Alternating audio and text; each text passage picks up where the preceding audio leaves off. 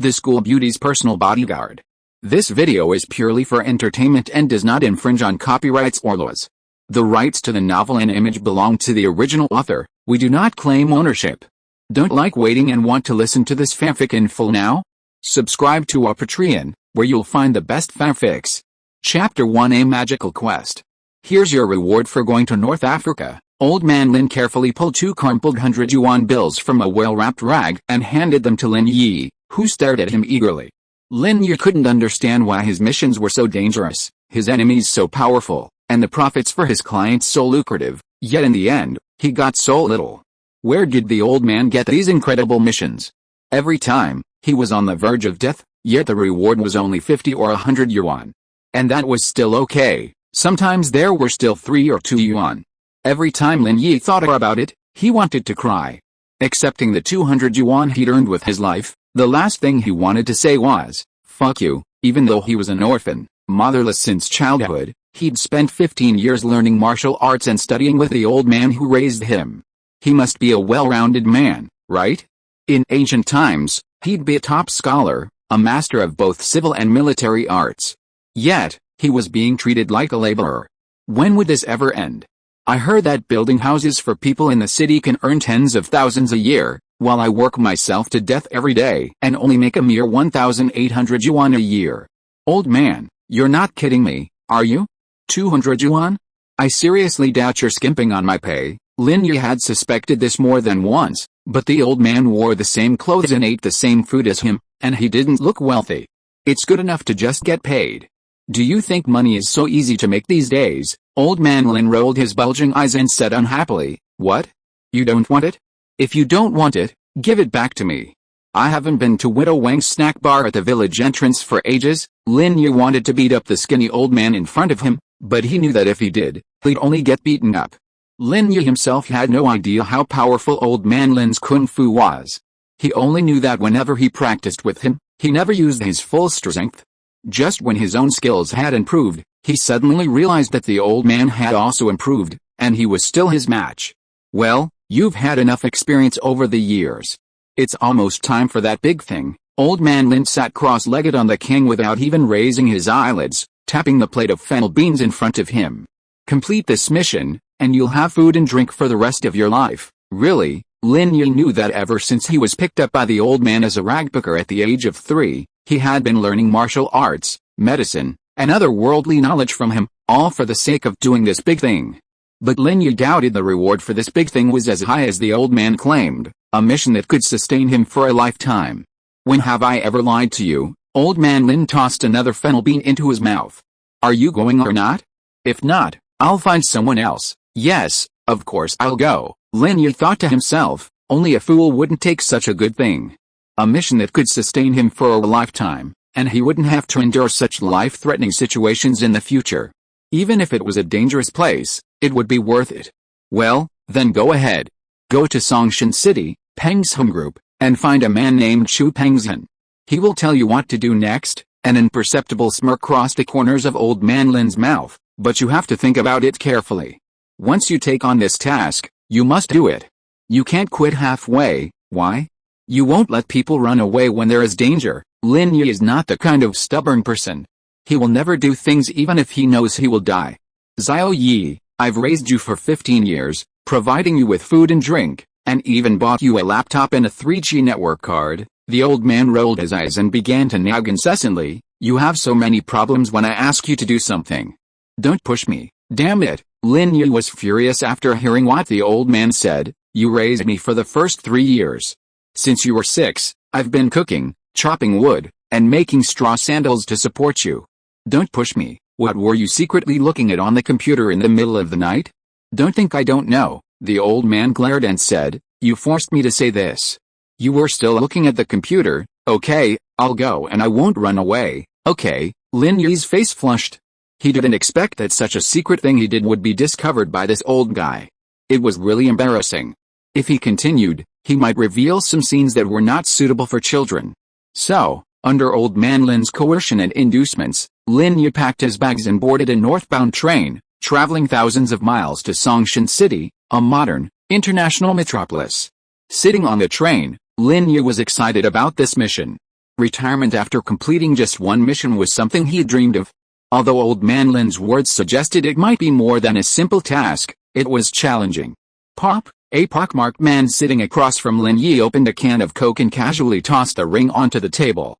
A crew-haired man next to him pretended to be indifferent, picked up the ring, and fiddled with it for a few seconds before suddenly exclaiming, "Wow!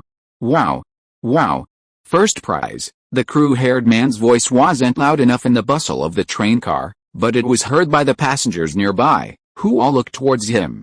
The pockmarked face was no exception. Seeing that the pull ring in the hands of the flathead was the one he had just dropped, his face suddenly became a little unnatural. "Give it back to me, it's mine." "What do you mean yours? Where is your name written?" The flathead withdrew his right hand, tightly grasped the pull ring in his hand, and glared at him and said, "Your name is First Prize." "No, my name is not First Prize. I lost the pull ring of the first prize." The pockmarked face was a little timid when he saw the flathead's fierce appearance. However, he didn't want to lose what he deserved. He looked at the pull ring with trembling eyes. "You also said that you lost it. Since you lost it, whoever picks it up will own it." The flathead snorted and said disdainfully, "Hey, how can you be like this?" The pockmarked man suddenly became anxious and shouted to a passenger opposite him, a man with glasses sitting on the left of Lin Yi, "Sir, you look like a scholar. Please give me some justice. How can he be like this? Isn't he being a rogue?" "Who is being a rogue?" The guy with the flat head was also unhappy. He turned his head to the man with the glasses and said, "Master, tell me, who should this pull ring belong to?" The man with the glasses pushed his glasses, hesitated for a moment and said, "I am a university teacher. Since you two trust me, then I will give you some justice." You say. The pockmarked man and the guy with the flat head nodded, looking anxiously at the man with the glasses who claimed to be a university teacher. Logically, this guy pulled a ring off the can, so it should belong to him. The bespectacled man was halfway through his sentence when the pockmarked man's face lit up with pride. The crew-cut man was immediately anxious and was about to say something when the bespectacled man waved his hand, stopping him. But since this guy had already thrown the ring away and this guy picked it up, it should belong to this guy later. "But you also said that the ring is mine." The pockmarked man's face immediately turned somber upon hearing the bespectacled man's words. "I think it would be better if you two split the prize equally. That way, no one loses out," the bespectacled man suggested.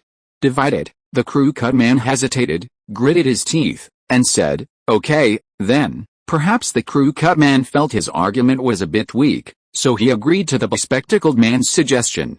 The pockmarked man over there also saw the ring pull in the hand of the crew-cut. If he didn't agree, he might not get anything at all, so he nodded in agreement.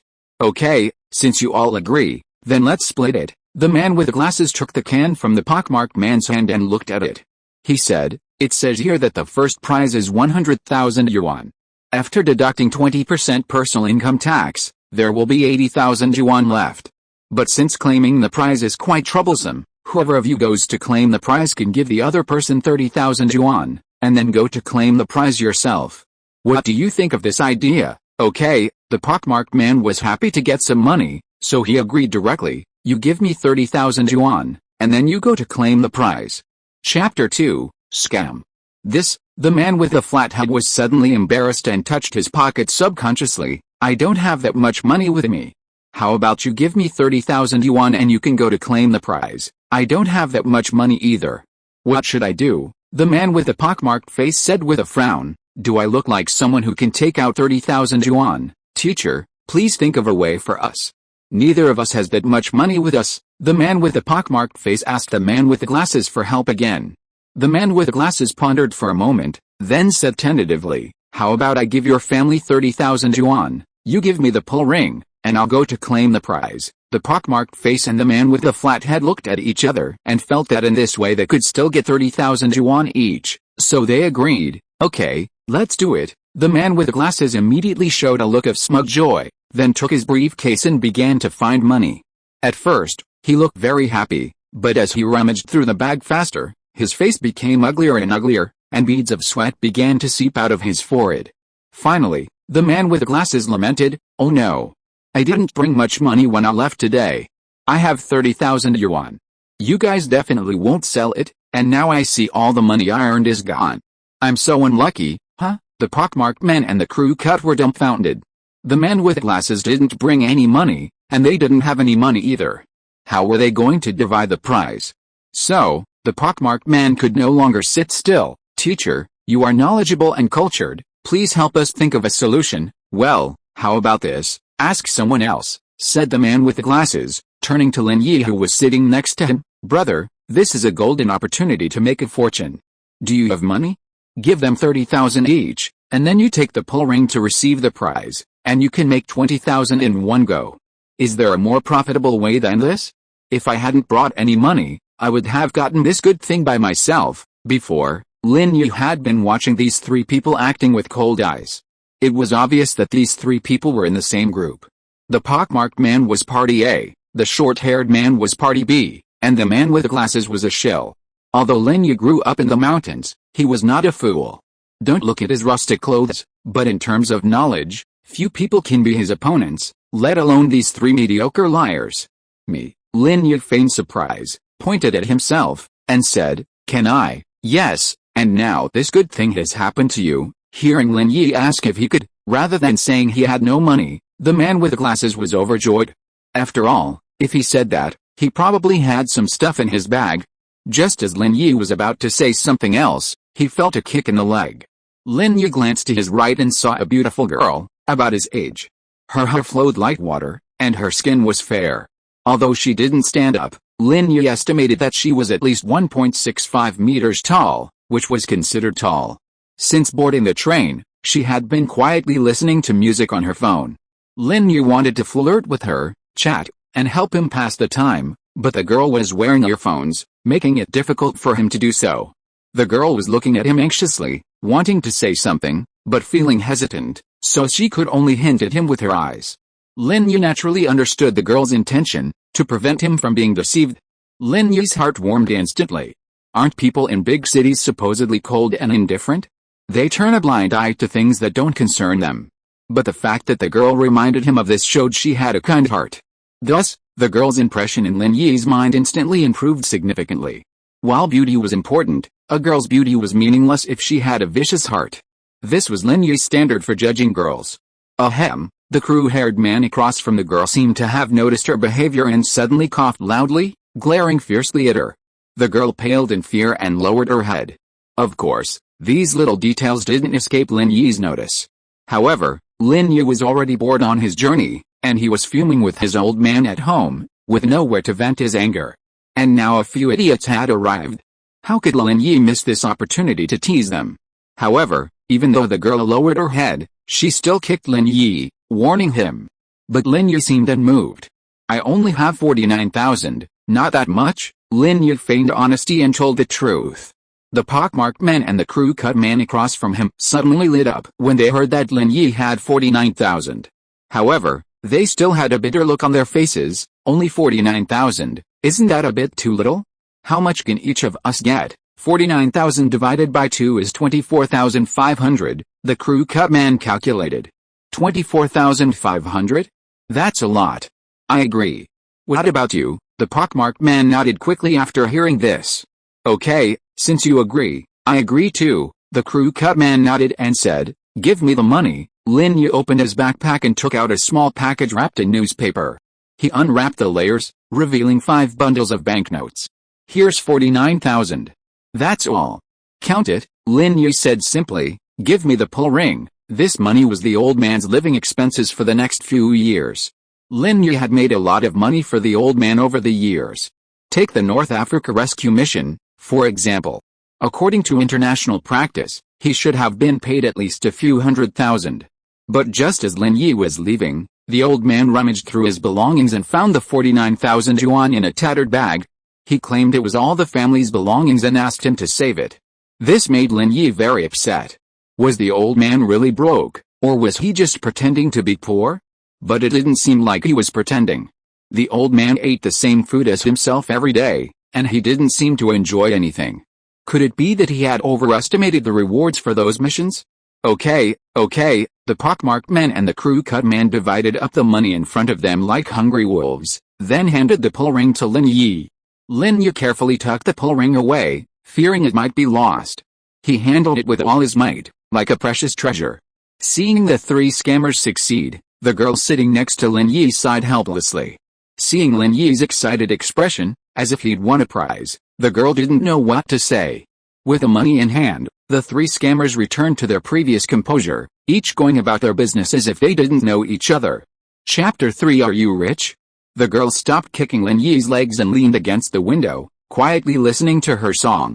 Next stop is Songshan Station. Passengers getting off, please prepare. This stop will be 15 minutes, the train announcement came over the loudspeaker, and Lin Yi began to pack his luggage, preparing to disembark. Unexpectedly, the girl next to him also began to pack her luggage, apparently also getting off at Songshan. As the girl stood up, Lin Yi estimated her height and found his guess correct. She was about 1.65 meters tall. After getting off the train, Lin Yi marveled at the magnificent architecture of the train station. Although he had been here once before, 10 years ago, Songshan had undergone tremendous changes. Wait a minute, a sweet female voice sounded behind Lin Yi, causing him to stop and instinctively turn around. It was the girl who had sat next to him on the train a moment ago, waving and running towards him. What's up? Lin Yi naturally didn't believe the girl would fall in love with him at first sight. While he was handsome, his outfit was awfully tacky. Khaki pants and a white vest, the kind of outfit you'd see on a migrant worker looking for work in the city. Are you planning on claiming your prize? The girl asked resentfully, angry at Lin Yi's disregard for her warning earlier on the train. Oh, you mean this? Lin Yi pulled a ring out of his pocket and tossed it to the side of the road. Huh? This time it was the girl's turn to be stunned. She had never expected Lin Yi to do such a thing. You threw it away? The girl pointed at him in surprise, her mouth gaping. Yes, I threw it away, Lin Yi nodded. It was fake to begin with. There was no point keeping it, you knew it was fake. The girl was stunned by Lin Yi's words and stared at him blankly. What the hell was wrong with this guy? Knowing it's fake, yet still spending money to buy it? Is he crazy? Looking at him, he doesn't look like the kind of rich man with a bad taste. I know. Even if I didn't know, you reminded me on the train, Lin Yi said with a smile. Then why did you give them the money? The girl suddenly became anxious. Who is this person? Lin Yi smiled, took his backpack off his shoulder, unzipped it, and then opened it in front of the girl. The girl looked at Lin Yi in surprise, then lowered her head and looked into Lin Yi's backpack. She was immediately shocked. There were 7 or 8 bundles of banknotes in it. Are you rich? Even if you have money, you can't spend it carelessly. The girl didn't quite understand what Lin Yi meant. She thought that Lin Yi was doing this to show how rich he was. This is the money from before, Lin Yi said. The money just now? What do you mean? The girl didn't understand. You mean you got the money back? Wasn't it only 49,000? Now it's 70,000 or 80,000, right? The man with the glasses still had 30,000, which I took away together, Lin Yi shrugged and said. It was just a small matter, just a piece of cake. For Lin Yi, it was very simple. Huh? The girl was completely dumbfounded this time. It wasn't that Lin Yi was sick, but that he was more skilled. Not only did he get his own money back, but he also got the money of the man with the glasses. Why do you look like that? Are you going to report me for theft?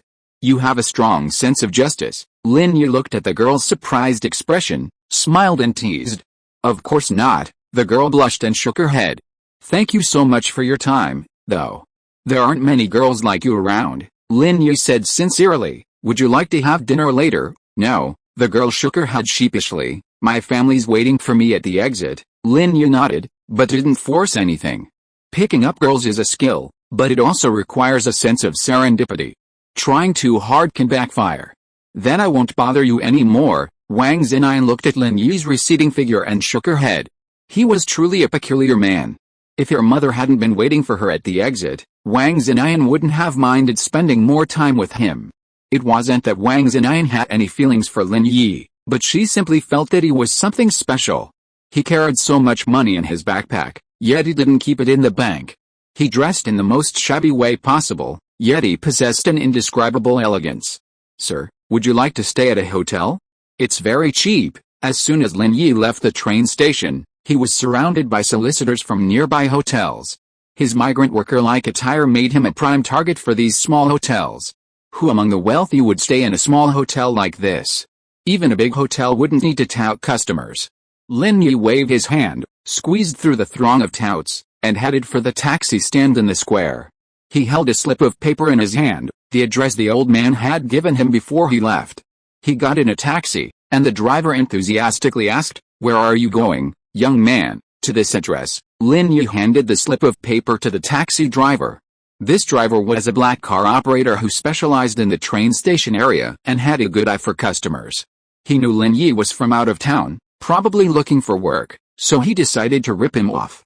Since the kid wasn't familiar with the roads, he happily took the slip of paper. A glance at the address on it made the driver's face turn green. The slip read, Pengzhan Building, 36 Guangming Avenue, Songshan City, 11.2 kilometers from the train station. Take the new second ring road bridge. The route was even planned, with a mileage clearly marked. Who could possibly go there?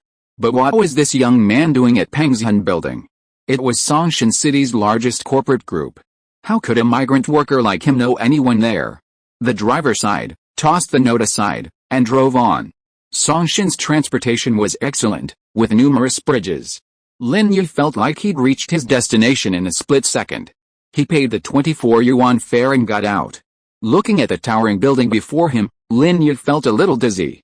It seemed taller than the mountains back home. It seemed his employer was wealthy. Perhaps, as the old man said, one job could provide him with a lifetime's income. He just didn't know if jumping from it would kill him. Back home, however, the old man had kicked Lin Yi from the top of a mountain straight into a ravine, but he didn't die. He just stayed bedridden for several days with a bruised face. Lin Yi confirmed the house number and the name of the building, and after verifying that they were correct, he walked into the building with a swagger. Chapter 4, Dog Eyes Look Down on People. Sir, who are you looking for? Lin Yi had only taken a few steps when he was stopped by the building security. Wait a minute, let me see, Lin Yi thought. Big cities are still more formal, with security guards. But this security guard is just a figurehead, not as powerful as Ergudan. Ergudan was a playmate of Lin Yi's. Although he didn't know any kung fu, he could kill a cow with one punch. In Lin Yi's opinion, this security guard was even worse than a cow, not even as strong as one. Lin Yi pulled another piece of paper from his pocket, read the words on it, and said, I'm looking for Chu Pengzhan. Chu Pengzhan? Who is that? Why does that name sound so familiar? The security guard was stunned and repeated it silently. Chairman, another older security guard standing nearby reacted faster, immediately realizing who Chu Pengzhan was and was startled. He quickly tugged at the guard's shirt and whispered, Don't talk nonsense. If the captain hears you, you'll get fired. The guard jumped in shock at the older guard's words, his eyes widening as he regretted his earlier outburst. Why was he babbling about nothing? Now he didn't even know the chairman. What kind of security guard was he? Who was he supposed to protect? However, the guard took one look at Lin Yi's attire, his eyes darting, and his fear faded. No matter how he looked at Lin Yi, he didn't seem like someone who could be related to the chairman. One was the chairman of a Fortune 500 conglomerate, the other was a migrant worker from the countryside. They didn't seem to have any connection, did they? Could this guy be from some construction site, coming to complain to the chairman? The thought of this made the guard's guard alert. He had just seen a similar movie the other day, where a migrant worker went to the president to ask for money. The guard and the older guard exchanged glances, clearly thinking the same thing. What do you want to see Chairman Chu for? The old security guard cleared his throat and stared at Lin Yi with a serious face, afraid that he would do something extreme. I'm not the one looking for him, my old man told me to, Lin Yi said lazily. Lin Yi didn't care who his employer was in real life, he was just asking him for a favor. Huh? Your old man? After hearing Lin Yi's words, the two security guards became even more suspicious. The migrant worker in the movie was asking for money on behalf of his brother, and this kid in front of them must be asking for money on behalf of his father. Come on, forget about that nonsense. Just tell me which floor Chu Pengzhan is on, and I'll go find him. Lin Yi didn't have time to waste on these two young security guards. He had to get to the real boss first. The chairman isn't here, you can leave. The old security guard looked Lin Yi over again, and after confirming that he had absolutely no relationship with the chairman, he immediately ordered him to leave. Lin Yi didn't bother to argue with the two men. He could see their expressions and guess what they were thinking. Wasn't it just because he looked at me for my shabby clothes? He looked down on me. Since he's not here, I'll go in and wait for him, Lin Yi said, striding into the company. Wait, you can't go in. The two security guards, surprised that Lin Yi would dare to barge in, hurriedly tried to stop him. At that moment, the elevator door to the first floor opened, and a middle-aged man with a somewhat plump figure and a middle-aged man with a darker complexion stepped out together. It should be about time. Why hasn't Zhai contacted me yet? Li Fu, why don't you drive to the station to pick him up? You've already seen the photos, haven't you? The plump middle-aged man instructed the other middle-aged man with a darker complexion. Okay, Mr. Chu, I'll be right there, Li Fu said respectfully. Before Li Fu could leave, Chu Pengzhan heard an argument at the company entrance and frowned. Go check what's going on. What's going on? Li Fu hurried toward the company entrance and saw 2 security guards blocking a young man from entering. Uncle Fu, this guy said he wanted to see the chairman and forced his way inside. The security guard naturally recognized Li Fu. While Li Fu didn't hold a specific administrative position within the company, he was the chairman's closest confidant. If you were to pinpoint his position within the company, it would simply be Chairman Chu's driver. However, everyone in the company knew Li Fu was more than just a driver. Therefore, the security guards didn't treat him as a driver at all, but respected him as a leader. In many cases, Li Fu's words represented the chairman's opinion. You? Li Fu looked at Lin Yi, his eyes wide, and asked in surprise. Are you Lin Yi? It's me. Lin Yi glanced at Li Fu and nodded. Ever since Li Fu appeared, Lin Yi had been keeping an eye on this person. Intuitively, he knew it wasn't Chu Pengzhan. As the chairman of a group, one naturally carries an air of authority, but this man lacks that. While serious and respected, one's aura is undeniable. Hello, Li Fu knew how much Chu Pengzhan valued the young man before him, so once he confirmed Lin Yi's identity, he didn't hesitate and quickly extended his hand to shake Lin Yi's hand. I'm Chairman Chu's secretary, Li Fu. The chairman was just asking me to pick you up at the train station, but I didn't expect you'd already arrived. No problem, just consider it a chance to get acquainted. Lin Yi smiled and shook Li Fu's hand. Lin Yi's personality was just like that. If you respect me, I'll respect you back. Seeing Li Fu's politeness, Lin Yi felt a little embarrassed. The chairman is over there. Please follow me. Let's go meet him. Li Fu gestured, then walked ahead to lead the way. The 2 security guards stared at Lin Yi's back in amazement, their mouths hanging open in surprise. He's really the chairman's guest, the young security guard muttered in disbelief. Uncle Fu came to pick him up personally, so there's nothing wrong with that, the old security guard sighed. We almost offended him. It's a good thing Uncle Fu arrived just in time. If we had really kicked him out, we'd be in big trouble. As Li Fu approached, Lin Yi noticed another middle-aged man with a slightly plump figure not far away. If he was right, this was the person he wanted to meet, Chu Pengzhan, the director of Pengzhan Group. Lin Yi, right. As Lin Yi followed Li Fu, Chu Pengzhan also strode over, extending his right hand in a friendly manner. Fish baby fans, please vote for this recommendation and bookmark this post. Chapter 5 How to Find a Partner? Lin Yi smiled faintly and nodded, shaking hands naturally with Chu Pengzhan. This was normal social etiquette, and Lin Yi handled it with ease. Hello, Mr. Chu. Chu Pengzhan's enthusiasm left Lin Yi somewhat flattered. This was the first time he had encountered such a welcoming employer. Although he had been invited by him to perform a specific task, the fact that the chairman of a listed company treated him so kindly made Lin Yi curious. Why did it feel like a meeting of equal rank? Mr. Lin. I understand. Perhaps it's a little awkward for you to condescend to do these things, Chu Pengzhan said after a moment's hesitation. Listening to Chu Pengzhan's increasingly outrageous remarks, even someone as thick-skinned as Lin Yi felt a little embarrassed.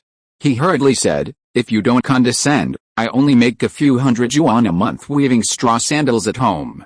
The old man said this task is enough to support me for the rest of my life. Lin Yi thought to himself, this employer is so kind. He invited me to do something and was so polite. Unlike some people who would start gossiping after paying me. What? Weaving straw sandals? Chu Pengzhan was stunned. He looked at Lin Yi carefully. He hadn't recognized the wrong person. But what was this guy talking about? Did old Lin ask him to weave straw sandals to earn a few hundred yuan every day? Chu Pengzhan was speechless. He had vaguely heard some stories about Lin Yi from his grandfather. The reward for rescuing the hostages in Africa alone should have been hundreds of millions of dollars. He actually made money by weaving straw sandals? Yet, a pair of straw sandals can sell for 4 yuan. Weaving 3 or 5 pairs a day, that's hundreds of yuan a month. Lin Yi nodded. He also felt that something was wrong. The old man didn't seem like a poor guy. Chu Pengzhan couldn't interfere in other people's private affairs. After listening to Lin Yi's words, he could only shake his head helplessly. From now on, your salary will be 30,000 yuan per month. This money includes your tuition and daily expenses. Of course, the money you spend on my daughter can be reimbursed by Li Fu. 30,000? Did it? The old man say a few thousand yuan. Lin Yi was stunned. No way? Such a high salary? If he had known this, why would he bring any money with him? He wouldn't have to see the old man's painful face. Lin Yi remembered the scene when he asked for the 49,000 yuan from the old man. Wait, Mr. Chu, what did you say just now?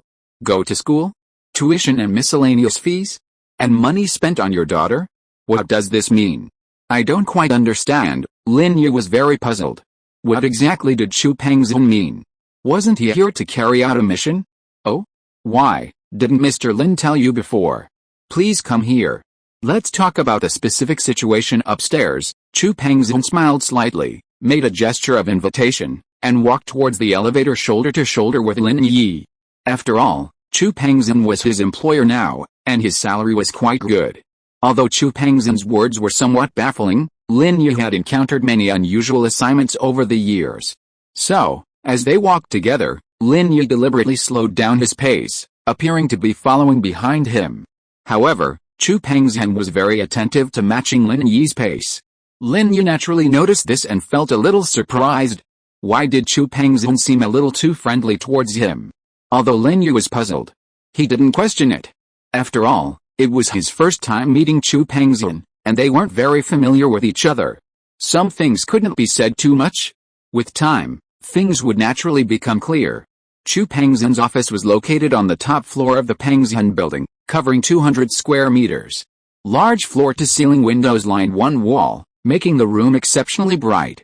After Uncle Fu ushered Chu Pengzhan and Lin Yi into the office, he withdrew and sent Xiao Yu, a secretary from the secretarial office, in to get some tea. Mr. Lin, what would you like to drink? Xiao Yu had already learned Lin Yi's last name from Uncle Fu. Boiled water, please. Lin Yi usually drank boiled water the most at home, and even when he went out.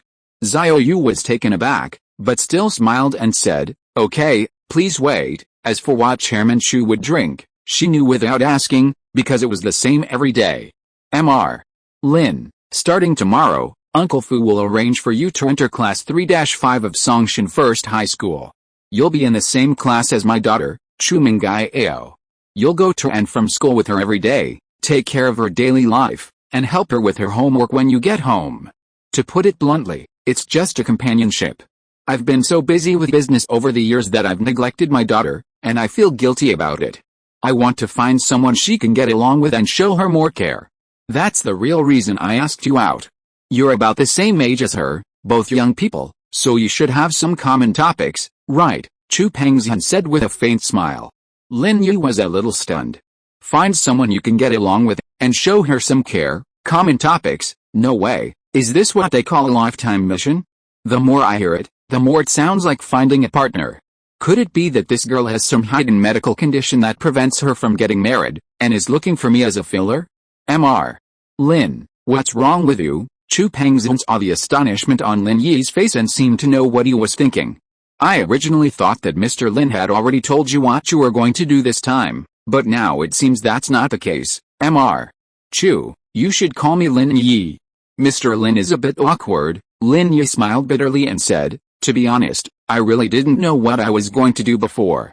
The old man just said that this time it was an important mission, and if you succeeded, you could live off it for the rest of your life. Live off it for the rest of your life. Chu Pengzhan was stunned after hearing what Lin Yi said, but then he burst into laughter. Ho ha ho ha, there's nothing wrong with what Mr. Lin said. If you succeed, the reward you get will indeed be enough for you to live off it for the rest of your life. Lin Yi still didn't understand what Chu Pengzhan wanted him to do. But what exactly is my mission? I've already told you before. You accompany my daughter to and from school and study together. Of course, you are also responsible for protecting her safety and making sure no one bullies her, Chu Pengzhan explained.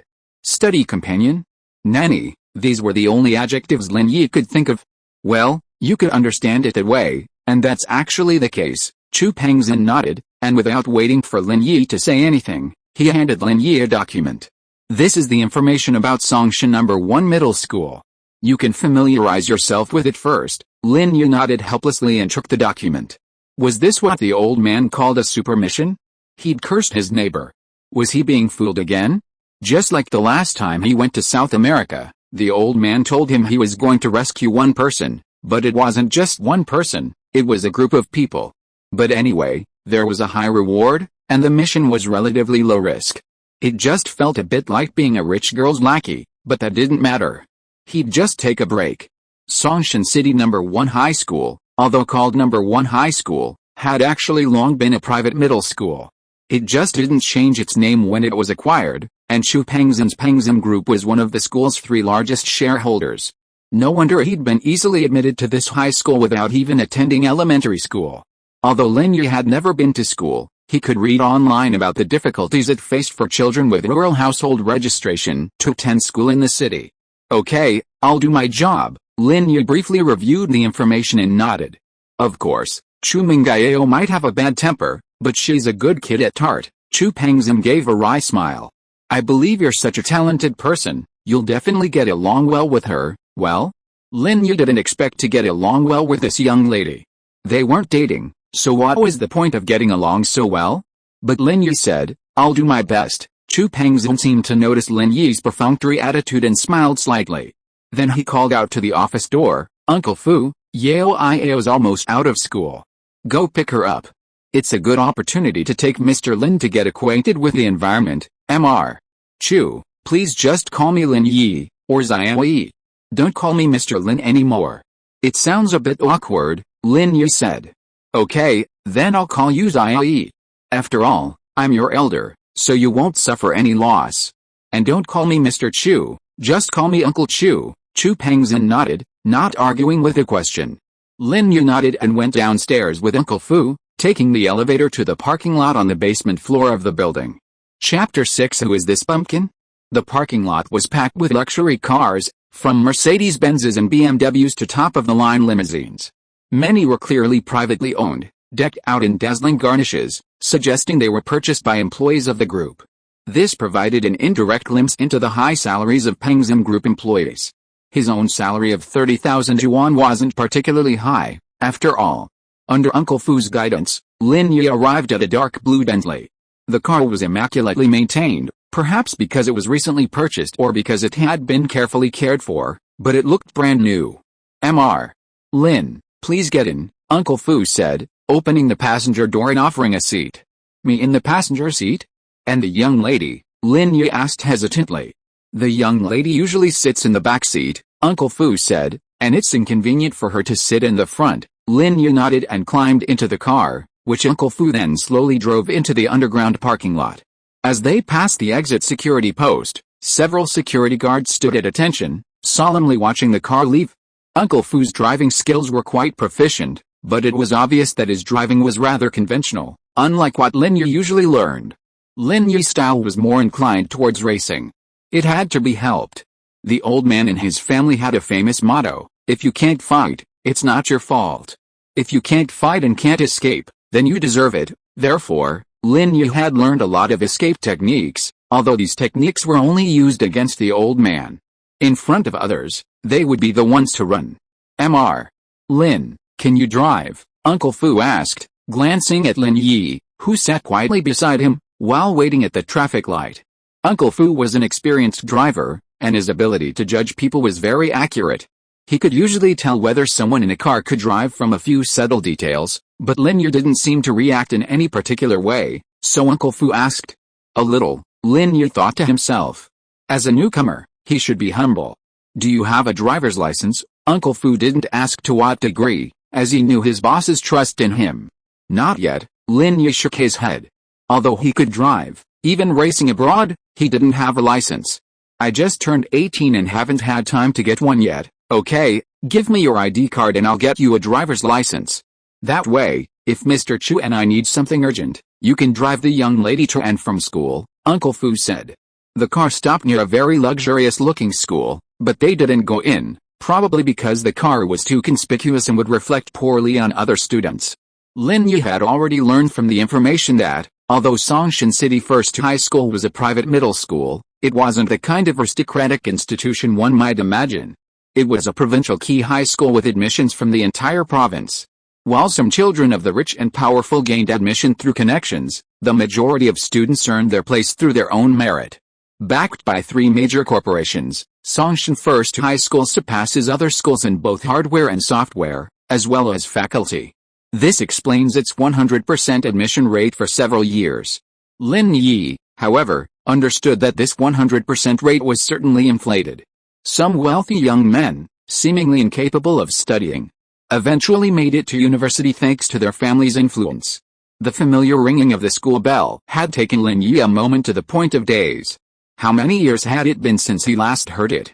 However, after a brief moment of distraction, Lin Yi regained his composure, gazing calmly at the school grounds. Soon, students began to emerge from the teaching building. Some wore uniforms, while others wore other clothing. Generally speaking, unless there were major events, the school didn't have any specific dress code requirements. "That's the young lady," Uncle Fu suddenly raised his hand, pointing to a girl among a group of male and female students emerging from a nearby area. Lin Yi looked in the direction of Uncle Fu's finger. There was a tall and very beautiful girl. Although there were other girls beside her, Lin Yi guessed at a glance that this one must be the eldest daughter. Because the old man had said before that Chu Mengyao was the school belle. The so-called school belle should be the most beautiful one, unless Lin Yi's aesthetic point of view is wrong. Although the other girl next to her was also very good-looking, her figure was a little petite, which obviously did not match the height stated in the information. However, she was also one of the candidates with great potential for school belle. When she grows up, she will definitely be a disaster to the country and the people. Chu Mengyao and the girl were walking quickly towards the car, but several boys who looked like young masters were chasing them relentlessly. "Mengyao, wait a minute," one of the young men stepped in front of Chu Mengyao. "Mengyao, I'm sincere to you. Just give me a chance." Chu Mengyao frowned, glancing at the man in front of her with some impatience. "Zhong Pinliang, are you annoying me? I've already told you, I don't like you. Please stop bothering me." But Zhong Pinliang wanted to say something, but Chu Mengyao shoved him aside. Chu Mengyao quickly walked over, opened the door, and got in.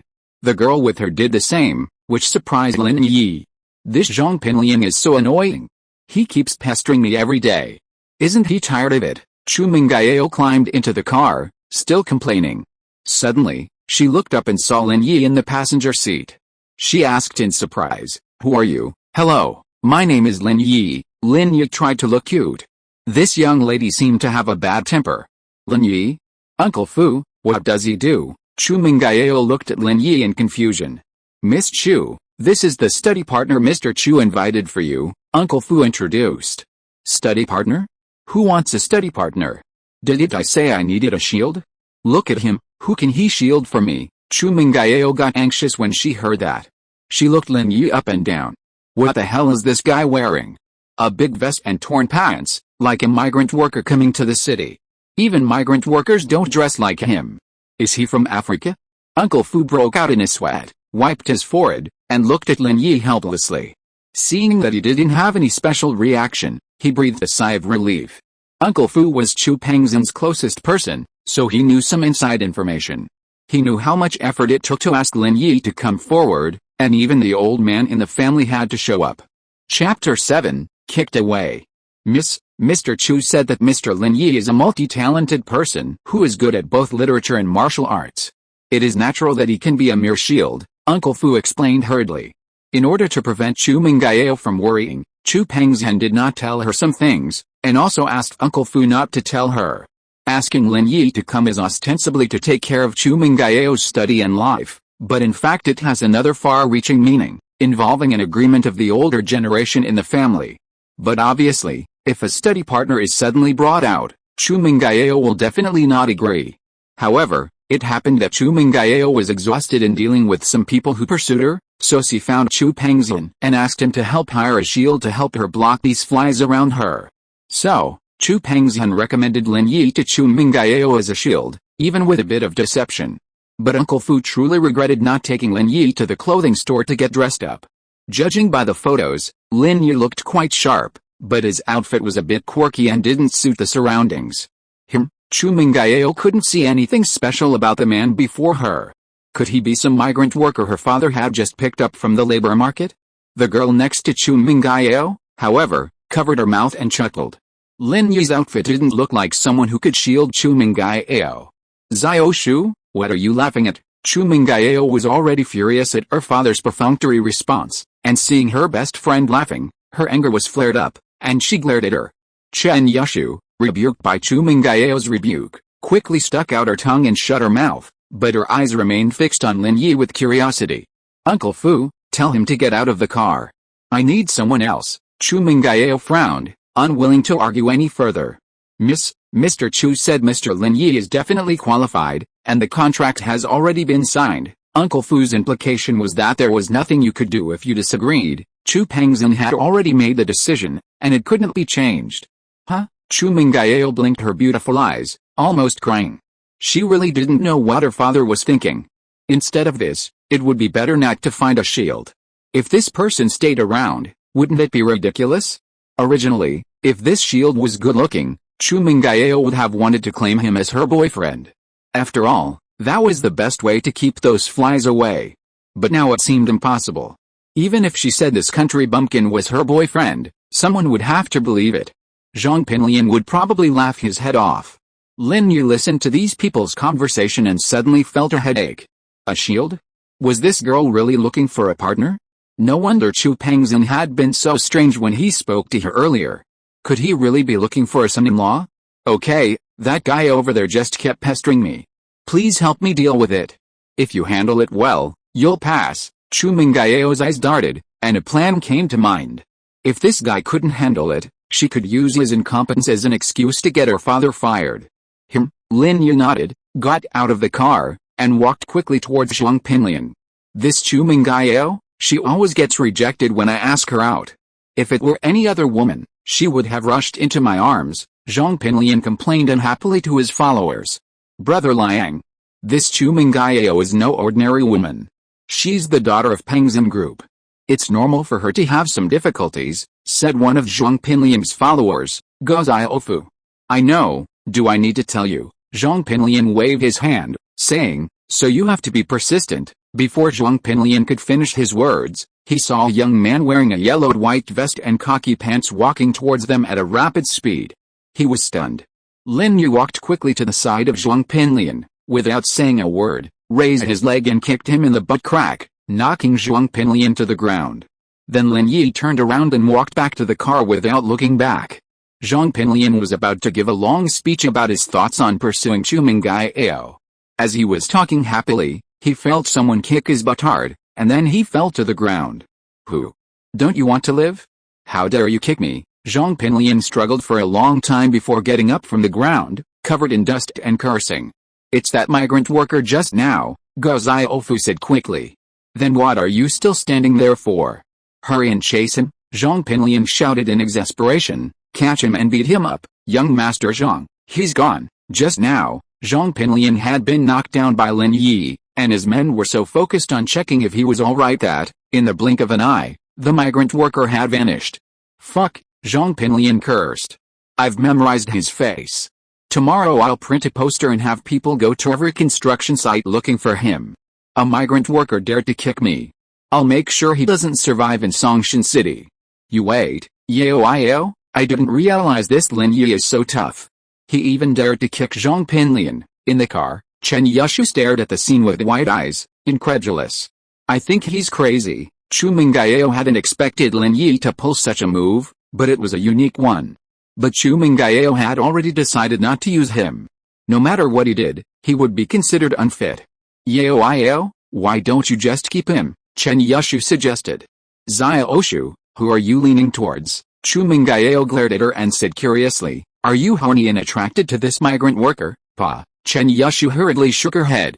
Yao, you're the one who's attracted to him. If you don't like him, why did you let him stay? It's embarrassing to let him stay. Chu Mengyao was a little confused. No, think about it, Zhong Pinliang is the king of our school, no one dares to mess with him. Finally, a young man who is not afraid of him comes here. It will be fun in the future, Chen Yushu said slyly. If the two of them fight, Zhong Pinliang will have no time to bother you, right? Fight? Do you think Zhong Pinliang is so easy to mess with? Chu Mengyao said the stakes in one sentence, just relying on him, a small migrant worker? Zhong Pinliang will beat him to death. Yao, why are you so stupid? You have to look at the owner when beating a dog, right? With you backing me up, why should I be afraid of Zhong Pinliang? Chen Yushu curled her lips in disdain and said, besides, don't I still have you? If you're listening to this novel on a channel other than Fanfic World, it means they downloaded and uploaded it without effort. We cordially invite you to visit our channel, Mundo Fanfic Novelis. There you'll find the original version of this story and you can explore many other novels of various genres. We're waiting for you to immerse yourself in a world of incredible novels. Chapter 8 How Did You Fool My Daddy? That's true. Let's stay and see. Chu Mengyao felt that what Chen Yushu said made sense, so she agreed. Suddenly, she turned to Uncle Fu and asked, Uncle Fu, have you bought him insurance? What if he gets into an accident? Insurance? Uncle Fu broke out in a sweat again, thinking, how could someone hired by Mr. Chu easily get into an accident? But he still said, don't worry, everything's covered. By then, Lin Yi had already walked to the side of the car, opened the door, and got in. He looked at Chu Mengyao and said, how is it? Not bad, right, just barely passable. Chu Mengyao snorted. Lin Yi smiled and returned to the passenger seat. He didn't say much. Experience and the internet had taught him that women often say one thing and mean another, so Lin Yi wouldn't argue with Chu Mengyao. Seeing that Lin Yi just smiled and stopped talking, Chu Mengyao was furious. She had expected him to say something appreciative. You know, with today's fiercely competitive society, even college graduates have to work as excrement collectors. A newly arrived migrant worker who landed such a great job should be thrilled, right? Hey, why don't you thank me? Chu Mengyao finally lost control and asked, a bit annoyed. Thank you? Thank you for what? Lin Yi was baffled. He thought, I helped you beat the crap out of that guy who was pestering you, shouldn't you be thanking me? What should I thank you for? Chu Mengyao was furious. Why was this guy so slow to react? He was hinting at something like that, and he didn't understand what it meant. Didn't he know how to please his employer? Yao was saying, she accepted you, shouldn't you show some gratitude? Chen Yushu said, explaining with a sly smile. Zia Oshu, what are you talking about? I accepted him. Chu Mengyao was startled by Chen Yushu's words. That was a bit ambiguous, wasn't it? Why did it sound like he was accepting a confession? Nothing, I just said you accepted him as your shield, Chen Yushu said with a grin. Oh, thank you. Lin Yi was quite efficient. In fact, if it weren't for the oddity of the job, he'd be quite satisfied overall. At least the salary was good. You're welcome, Chu Mengyao uttered indignantly, feeling immense resentment for Lin Yi's slow response. This guy was using him as a shield? He looked so foolish no matter how you looked at him. Sister Yao, I'm leaving. See you tomorrow. And you, Brother Arrow. The car stopped in front of a villa. Chen Yushu waved to Chu Mengyao and winked at Lin Yi in front of the car before getting out. Brother Arrow? Lin Yi smiled wryly.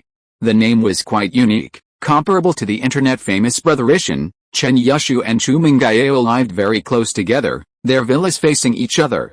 Turning the corner, the car arrived at Chu Mengyao's villa. At Chen Yushu's instigation, Chu Mengyao reluctantly accepted the migrant worker. However, when she saw the migrant worker carrying her luggage into the villa, she immediately exploded. Why are you following me? Lin Yi was stunned and turned to look at Uncle Fu in confusion. Don't I live here? You are quite self-righteous. No man has ever entered my little villa. Chu Mengyao pinched her waist and shouted at Lin Yi fiercely. Uncle Fu wiped the cold sweat from his forehead. No man has ever entered my little villa. Uncle Fu thought to himself that it didn't matter if he became a eunuch, but he wondered what Mr. Chu would think if he heard what the young lady said.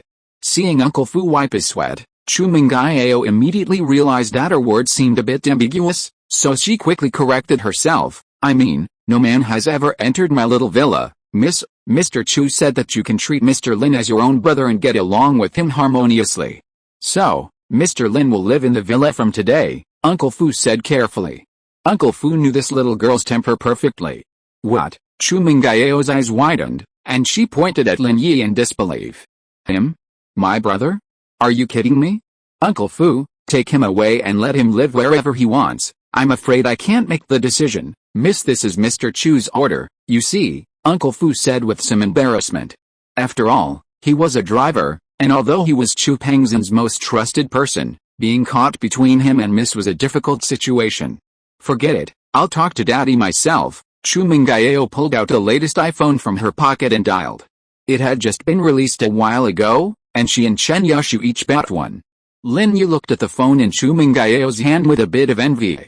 Shouldn't he buy one too? Otherwise, making calls would be too inconvenient.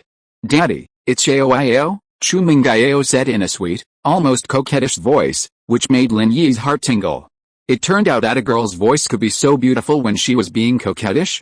Yao, what's up? Chu Pengzhan was in a company meeting, but when he saw his daughter's call, he answered it anyway.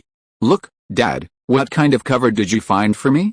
Did you just hire someone from the farmer's market? Chu Mengyao was a little angry. From childhood to adulthood, her father had never treated her so perfunctorily. You're talking about Xiaoi? Haha, Daddy specially brought him all the way from Xixing Mountain. He's not only well educated, but also has excellent martial arts skills. What's even more rare is his character, Chu Pengzhan said with a smile. What? Chu Mengyao really didn't understand. What kind of magic potion had this man in front of her had made her father say good 3 times in a row? Chu Pengzhan, hearing his daughter's words, assumed she was just being coquettish, so he said, haha, how is it?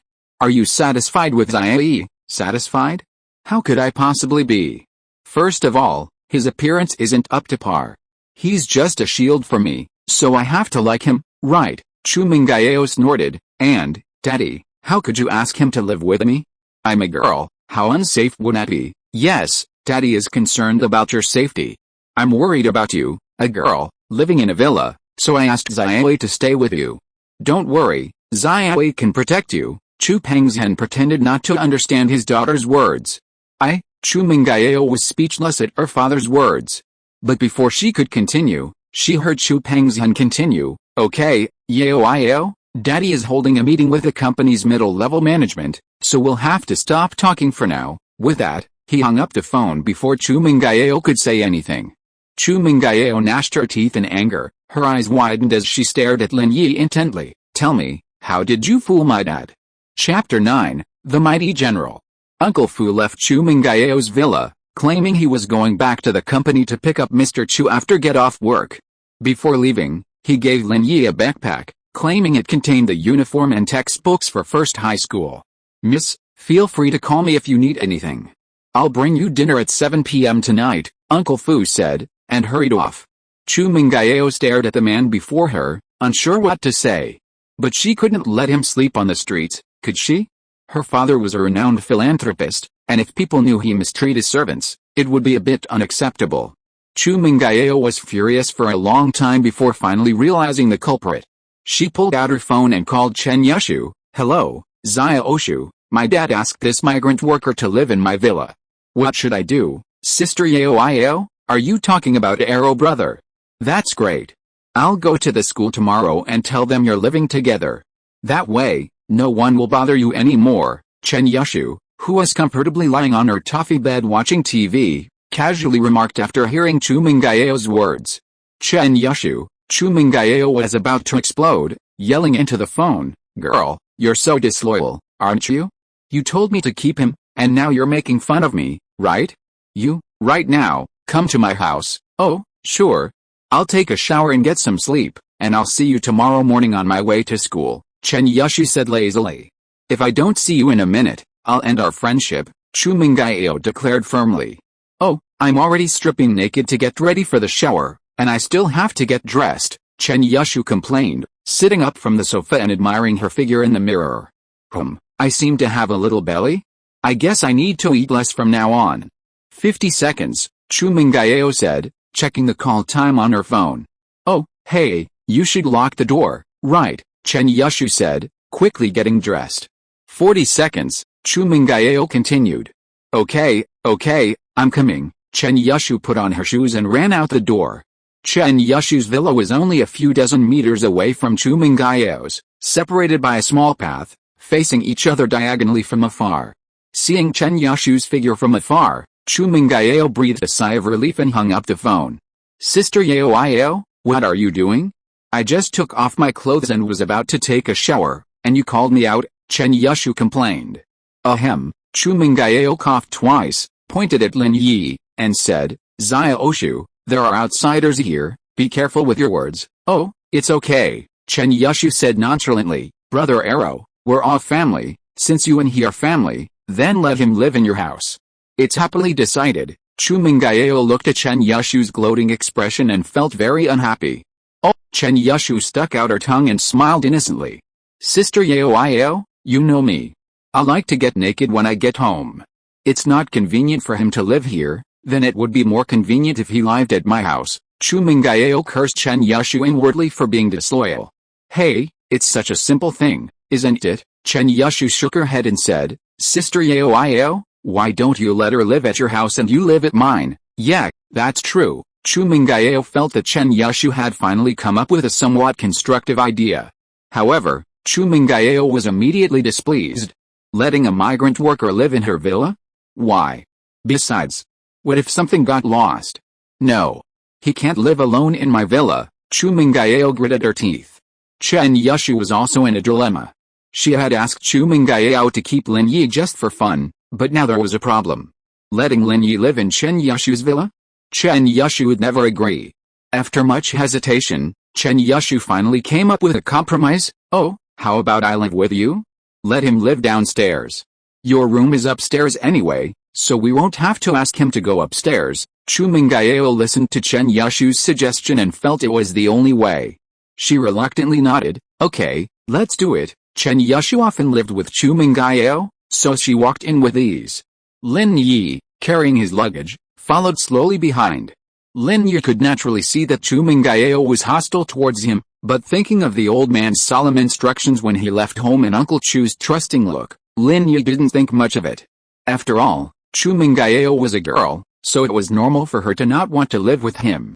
Hey, what's your name? Chu Mengyao sat on the sofa, threw her slender legs on the toffee bed, and looked at Lin Yi and asked. My name is Lin, Lin Yi said, trying to sit down on the sofa.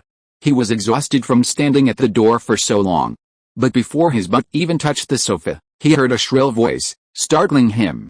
Stop. Don't sit, Chu Mengyao shouted, her glasses wide open, pointing at Lin Yi. What's wrong? Lin Yi asked, startled, his butt hanging in the air. Your pants are so dirty. Don't dirty my sofa.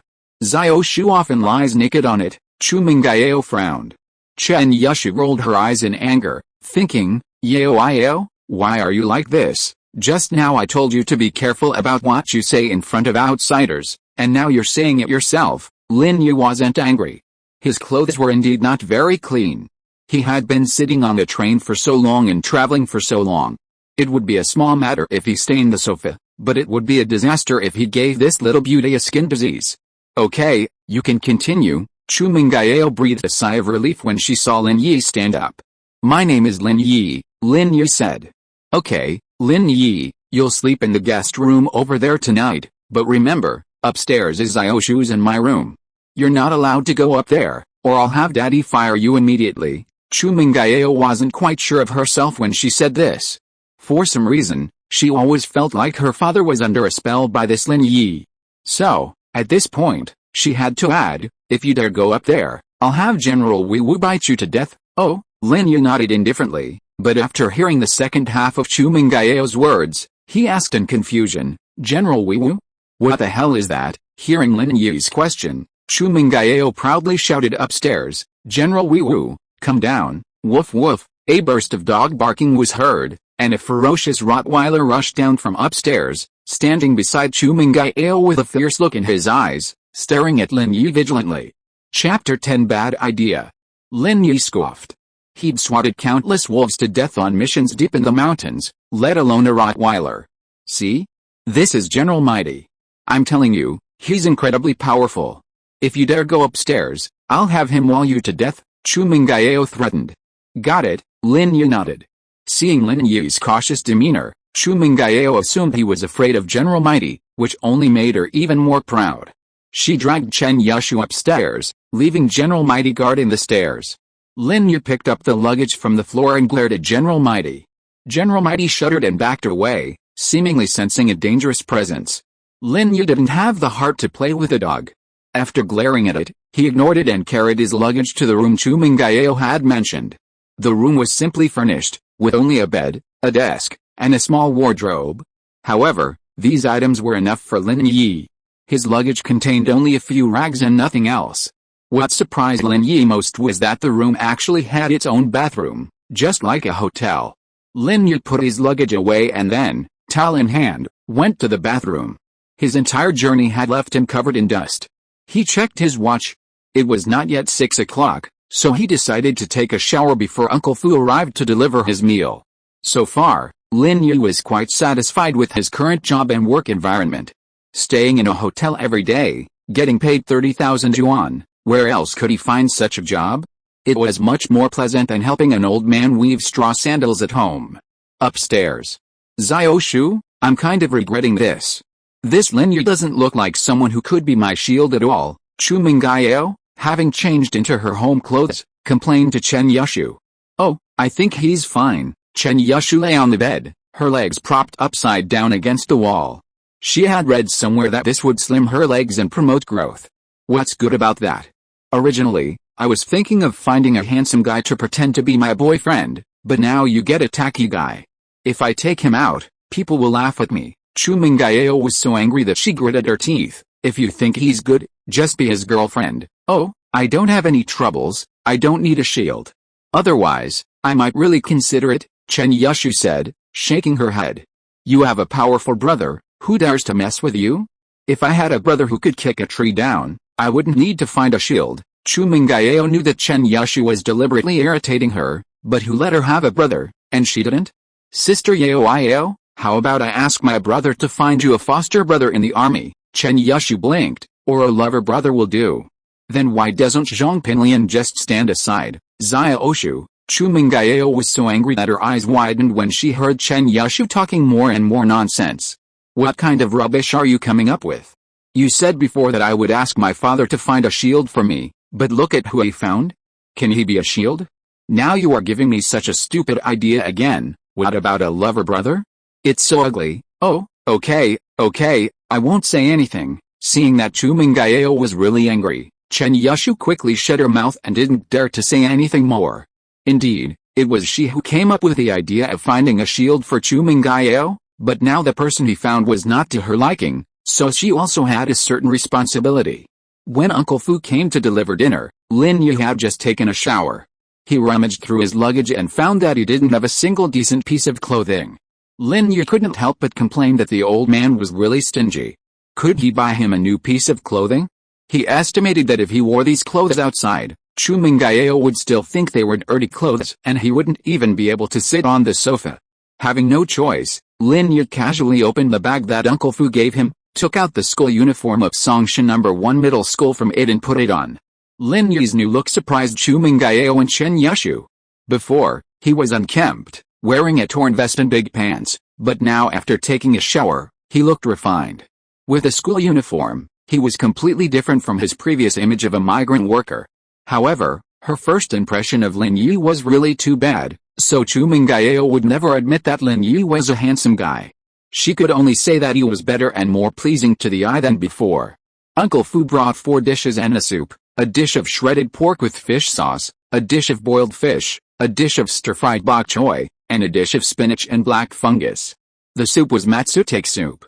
It was a combination of meat and vegetables, with good color, aroma and taste. Lin Yi hadn't eaten such delicious food for a long time. Seeing that Uncle Fu had also prepared his rice box, he happily took it and sat at the dining table. Just as Lin Yi was about to pick up his chopsticks, Chu Mengyao was unwilling. What are you doing? Xiaoshu and I haven't eaten yet, and you are eating first? From now on, Xiaoshu and I will eat first, and you can eat the dishes you don't want to eat later. After saying that, she turned and went to the kitchen. She had a habit of using silver tableware when eating, which she developed when she lived with her grandfather since she was a child. Therefore, in the disinfection cabinet in the kitchen, there is a set of silver tableware specially used by Chu Mengyao. Lin Yi could only smile bitterly at Chu Mengyao's domineering attitude, retracted his chopsticks, and looked at the delicacies on the table, with only his mouth watering. Luckily, the rice was his.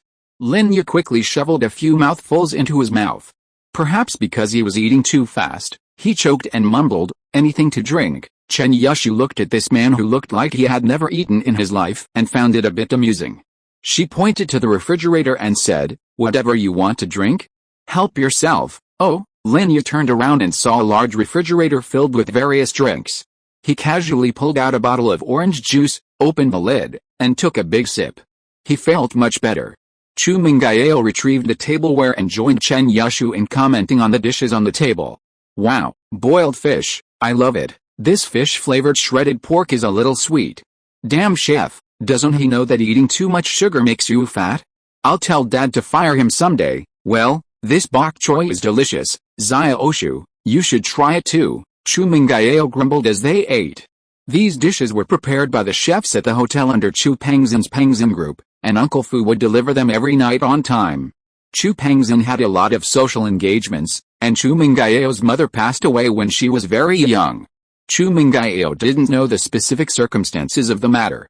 Because every time she mentioned it to her father, he always refused to tell her. Therefore, Chu Mengyao's life was basically taken care of by Uncle Fu. Chapter 11 Indirect. "Oh, the fish-flavored pork shreds are for you." After hearing what Chu Mengyao said, Chen Yushu also tasted a bite of the fish-flavored pork shreds, and it was indeed sweet.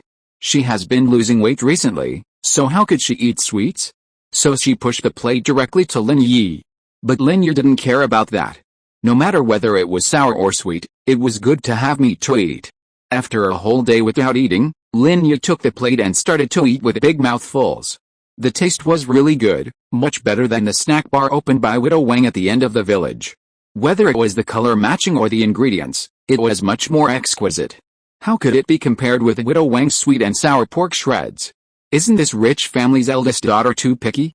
Chu Mengyao picked up a piece of boiled fish and put it in her mouth. After tasting it, her face immediately turned red from the spiciness. She kept breathing heavily and fanning her mouth with her little hands. "It's so spicy. But it feels so good. Where's the water? Where's the water?" Turning her head, she saw the orange juice on the table. Chu Mengyao picked it up and gulped it down. She drank half of the bottle in one breath before putting it down and saying, "Well, this time I feel much better." Chen Yushu looked at Lin Yi, then at the orange juice bottle on the table, and finally her eyes fell on Chu Mengyao's mouth, her face full of disbelief. Lin Yi, on the other hand, stared at Chu Mengyao blankly, thinking to himself, the girls in this city are so open-minded. She picked up the drink bottle he had drunk from and put it directly to her mouth. It was very fierce and violent. Chu Mengyao was enjoying her meal and was about to continue when she noticed Chen Yushu looking at her with a strange expression. She was immediately baffled. "Xia Oshu, why are you looking at me?" "Oh, nothing," Chen Yushu sighed, but she didn't dare tell Chu Mengyao the truth. With her personality, who knows what she might do? "Nothing, why are you looking at me?" Chu Mengyao was even more baffled. She shook her head and picked up another piece of boiled fish. The spiciness overwhelmed her again, so she picked up the orange juice bottle on the table and drank from it mouth to mouth. "Don't," Chen Yushu tried to stop her, but it was too late. She swallowed the rest of her words. "What do you mean, don't? Xia Oshu, what are you talking about? What's wrong with you? You feel weird." Chu Mengyao put down the orange juice bottle, wiped her mouth with her hand, and frowned at Chen Yushu. "I'd rather not say anything about that." Chen Yushu looked at Chu Mengyao's clueless expression, feeling both sympathy and amusement. The funniest part was that Chu Mengyao had already drunk Lin Yi's drink twice. Wasn't this enough? "Xia Oshu, why are you being so hesitant to? Just say what you want to say." Chu Mengyao was a little unhappy. What was going on? Why was she being so secretive? Chen Yushu had no choice but to point at the orange juice on the table with only the bottom of the bottle left under Chu Mengyao's questioning and said, "Oh, this drink, what's wrong with the drink?" Chu Mengyao frowned and said, "Didn't I just drink your drink? What's the big deal? There are still a lot in the refrigerator. If you want to drink, I can get you another bottle." Is it necessary to be like this? Seeing that Chu Mengyao hadn't reacted yet, Chen Yushu finally couldn't help laughing. "Haha, I can't hold it anymore. Sister Yao, you haven't noticed yet? I didn't drink the drink, you didn't drink it? What do you mean? Chu Mengyao suddenly realized something halfway through the words, turned her gaze to Lin Yi. Her face suddenly changed drastically. Did you drink this drink? Lin Yi nodded innocently, thinking to himself, it seems that he had misunderstood, and thought that the girls in the city were open-minded, but it turned out that he was wrong. Poof! Chu Mengyao's face immediately turned green, her eyes widened, and she pointed at Lin Yi, wanting to say something, but in the end, she covered her mouth and quickly ran to the bathroom. Ugh! The sound of retching suddenly came from the bathroom. Chen Yushu was a little gloating at first, but when she saw Chu Mengyao's reaction was a bit too much, she hurriedly ran to the bathroom. Sister Yao, I've already told you, I'd better not say it anymore. You insisted on me saying it. Chen Yushu looked at Chu Mengyao with a bitter face and said apologetically. Then why didn't you say vomit earlier? Chu Mengyao glared at Chen Yushu and began to retch into the sink again. Oh, no way you reacted so quickly. Chen Yushu looked at Chu Mengyao, muttering to herself in confusion. Mom said you can't get pregnant by kissing. Chu Mengyao had just felt a little better, but after hearing Chen Yushu's words, she suddenly felt nauseous again. Remembering that she and that guy Lin Yi had actually had an indirect kiss, tears immediately fell. The first kiss that I had treasured for 18 years, just gone like that? Chu Mengyao felt dizzy and almost fainted. She glared at Chen Yushu with grievance. I'm pregnant with you, you big-head ghost? Do you have any common sense of physiology? I'm not, do you? Chen Yushu was also very unhappy. It was you who accidentally kissed Lin Yi indirectly. What does it have to do with me? Chu Mengyao was already sad enough, and Chen Yushu was still gloating. Chu Mengyao was so angry that she gritted her teeth, reached out and hugged Chen Yushu fiercely, and then pressed her little mouth against Chen Yushu's little mouth. But, after a kiss, Chu Mengyao let go of Chen Yushu and said hatefully, I let you gloat, and now you have a share. Oh, Sister Yao, what are you doing? Chen Yushu was kissed unexpectedly, and then she realized Chu Mengyao's vicious plan. Now she was involved too. However, Chen Yushu felt a bit better. She consoled herself by thinking that even if some of Lin Yi's saliva from the drink bottle had gotten on Yao's mouth, she had just spit it out. It definitely wouldn't have gotten on her. Yes, it definitely wouldn't have. With this thought, Chen Yushu's mood brightened. Watching Chu Mengyao gargle again and again, she pretended to pick up the cup and rinse her mouth as well. After a long struggle, Chu Mengyao finally calmed down. She knew that rinsing her mouth until it peeled wouldn't help. What had happened had already happened, and there was no time machine in reality. There was no way to revive it. However, she was completely mad about Lin Yi. Allowing him to live in her villa was a grave mistake. Just now, Chu Mengyao had felt the urge to kill Lin Yi, an urge that was unstoppable. If she had been given a knife, she would have plunged it into Lin Yi's chest without hesitation. But now, she didn't even have the energy to curse. Chu Mengyao felt as if she was completely exhausted. Looking at the table full of delicious food and Lin Yi sitting there stupidly, Chu Mengyao's lips moved, but she didn't say anything in the end, and she staggered upstairs. Chapter 12, Adventure in the Cave, Part 1. Chen Yushu hurriedly followed Chu Mengyao, made a face at Lin Yi, glared at him, and hurried upstairs. Is it necessary to react so strongly? Lin Yi shook his head, looking at the delicious food on the table. He thought, since they couldn't come down to eat, this should all belong to him. So, Lin Yi picked up his chopsticks and began to dig in, devouring the 4 dishes and the soup on the table like a whirlwind. Chu Mengyao returned to her room and collapsed on the bed, feeling tragic and aggrieved. Why? How could her first kiss be lost just like that? It would have been nice if it was a handsome boy, but it had to be this country bumpkin, this old-fashioned guy. Zia Oshu, why am I so unlucky? Chu Mengyao couldn't help but cry out in grievance. Just now, when Lin Yi was outside, Chu Mengyao didn't want to make a fool of herself, so she suppressed her emotions. Although tears fell, no sound came out.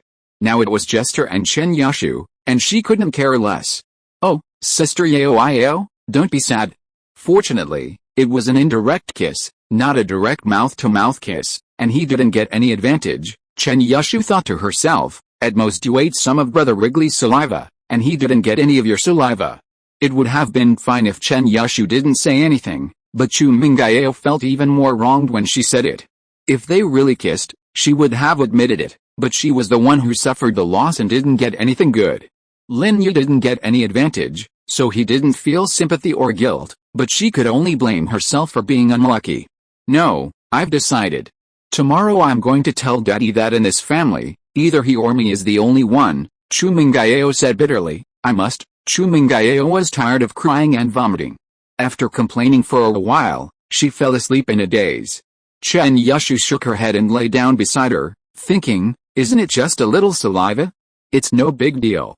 You won't get pregnant, so what's the big deal?" Downstairs, after finishing his meal, Lin Yi braced himself for criticism. It couldn't be helped, his status was low. If it were the old society, he'd be a servant. Who knows what punishment he'd face if he displeased the young lady.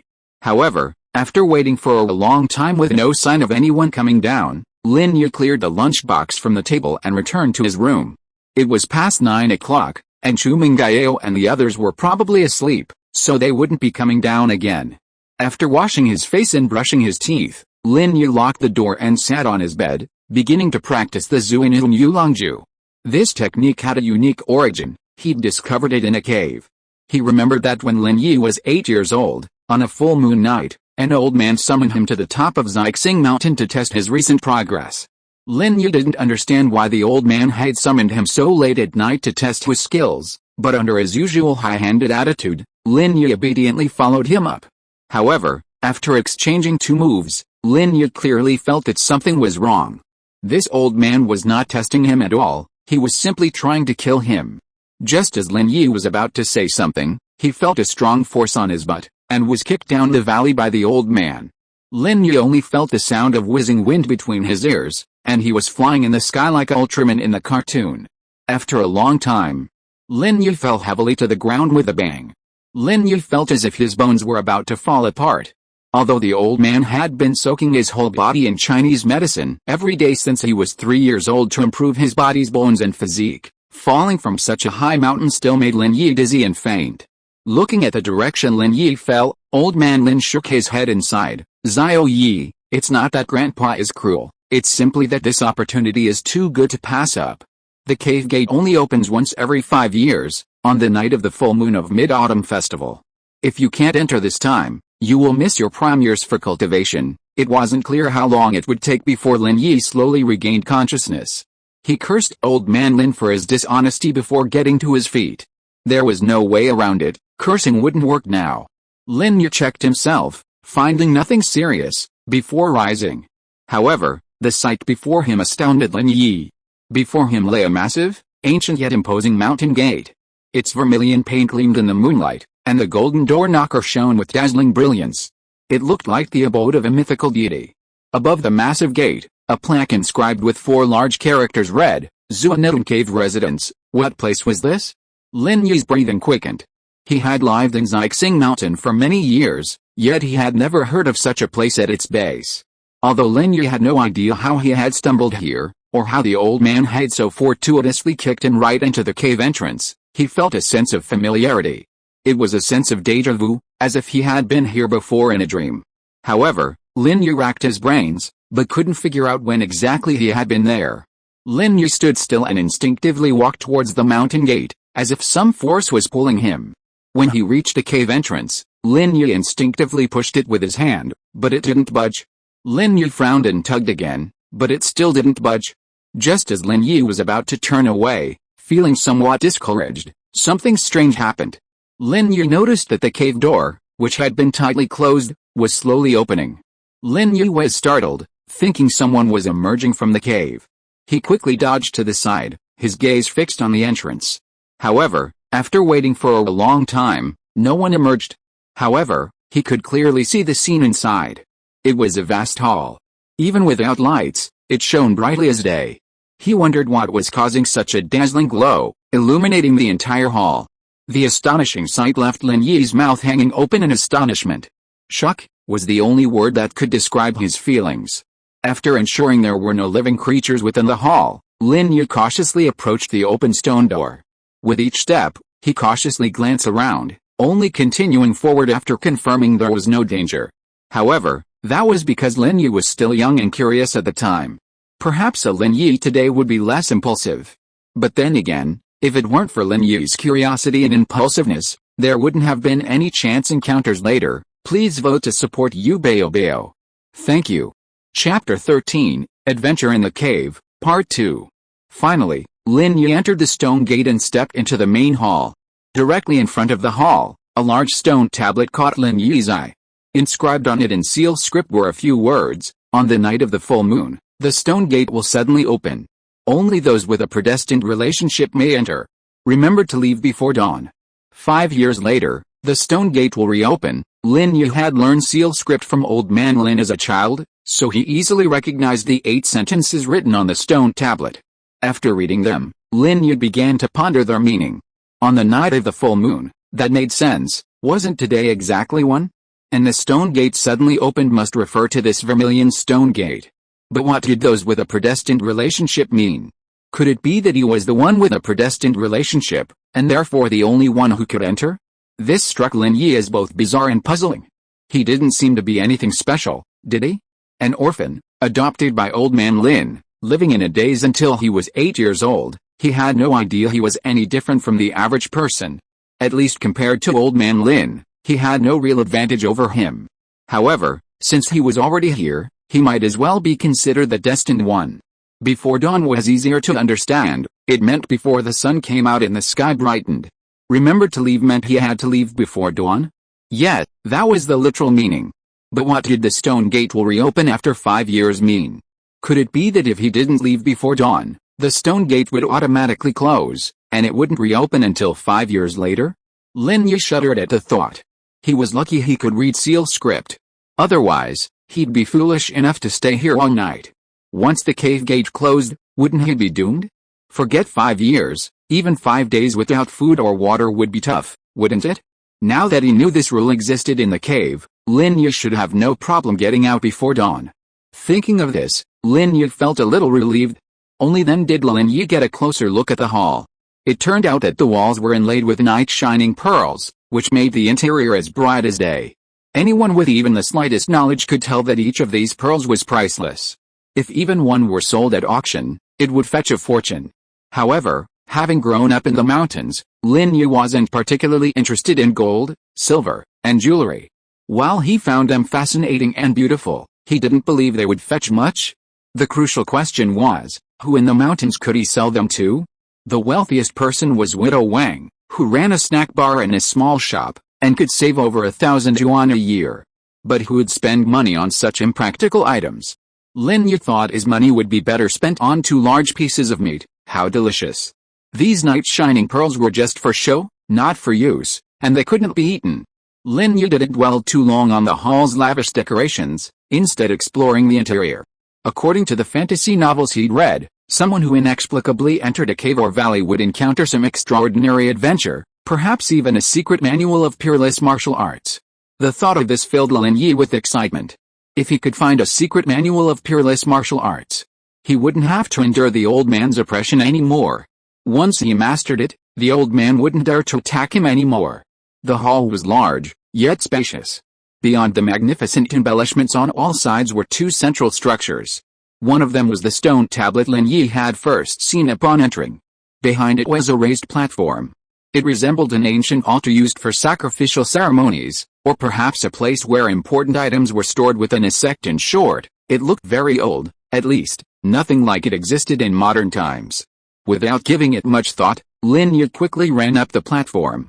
At the top, he saw a small, antique wooden box. Lin Yi's heart raced. Could this be some kind of suitor box? Carefully, he lifted the box and immediately jumped off the platform, hiding himself. He'd heard that ancient structures like these often harbor hidden traps. If he touched someone's treasures, he'd be in big trouble if one of them activated. However, after waiting for a long time, nothing unusual happened, and he breathed a sigh of relief. He wasn't in a rush to open the box. After all, the cave stone door would close before dawn, and he could return home to open the box. For now, he decided to use the limited time he had to explore the cave a bit more. As he circled the platform, he was surprised to discover another stone door behind it, and next to it, a small stone tablet. The stone tablet was also inscribed in seal script, with 8 sentences, each containing 4 characters, just like the one he had seen upon entering. Lin Yi was amazed and quickly read through them carefully. 5 years later, your miraculous skills will be initially developed. You can enter only by striking the door with your palm. If you fail to do so, your miraculous skills will not be developed. Wait another 5 years and come back for testing. After reading these 8 sentences, Lin Yi was completely confused.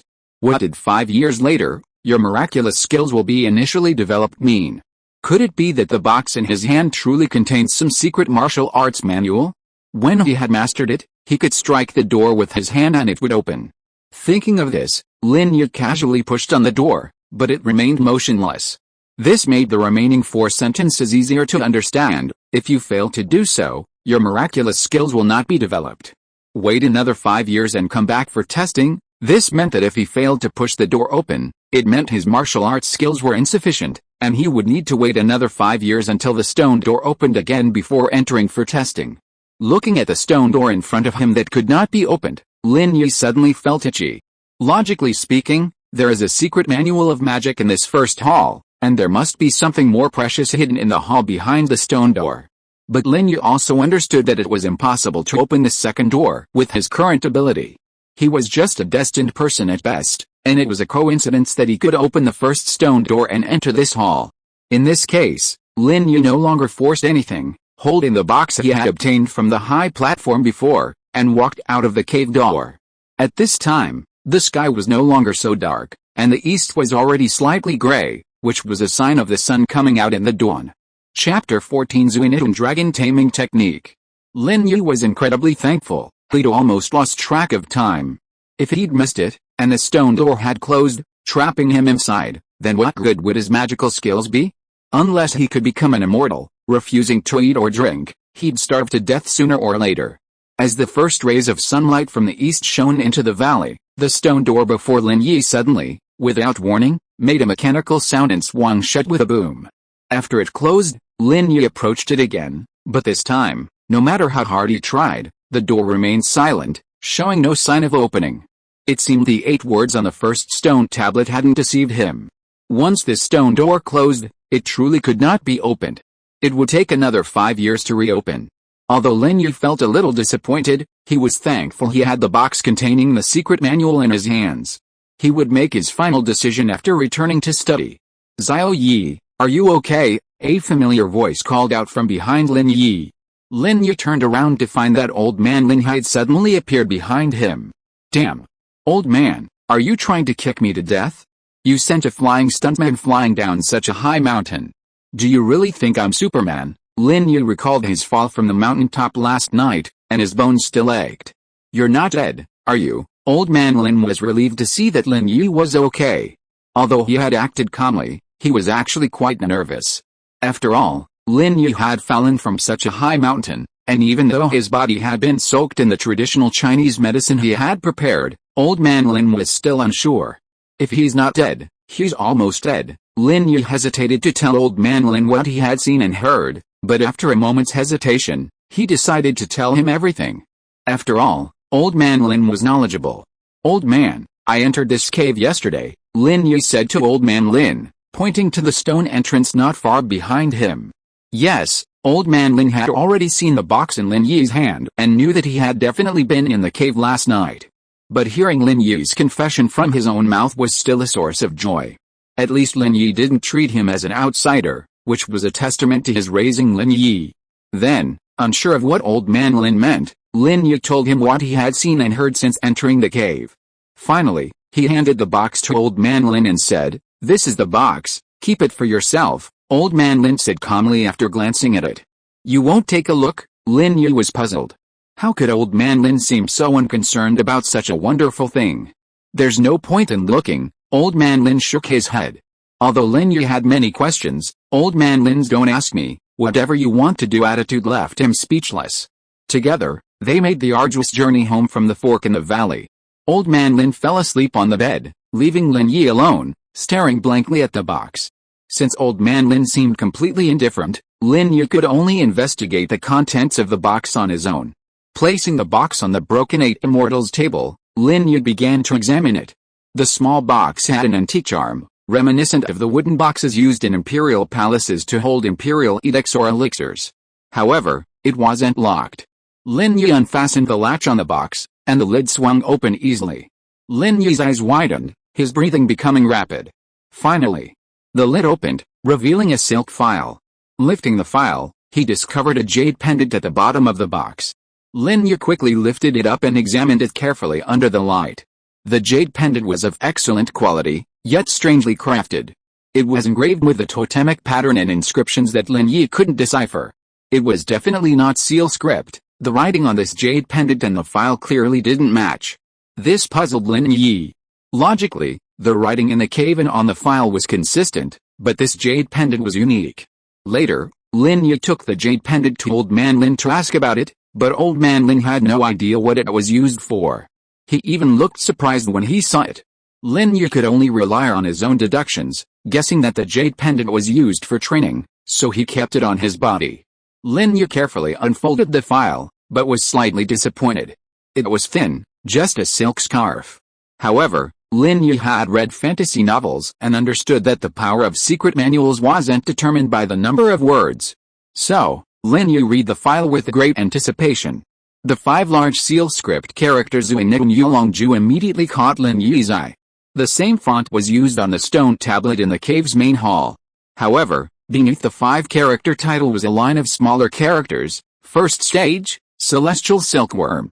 Then came the main text, how can mortals, like ants, change the great Dao and control all life? Lin Yi quickly scanned the text.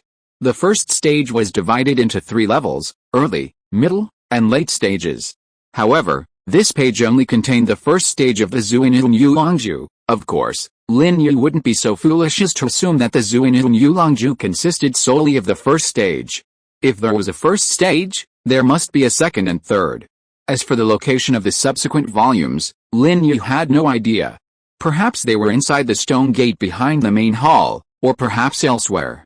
All in all, he had to wait until he had completed the first stage of the Xuanyuan Yulong Jue before making any further plans. While the initial introduction to the Xuanyuan Yulong Jue was difficult to understand, the subsequent practice process was described in great detail, even including diagrams of acupuncture points on the human body for reference.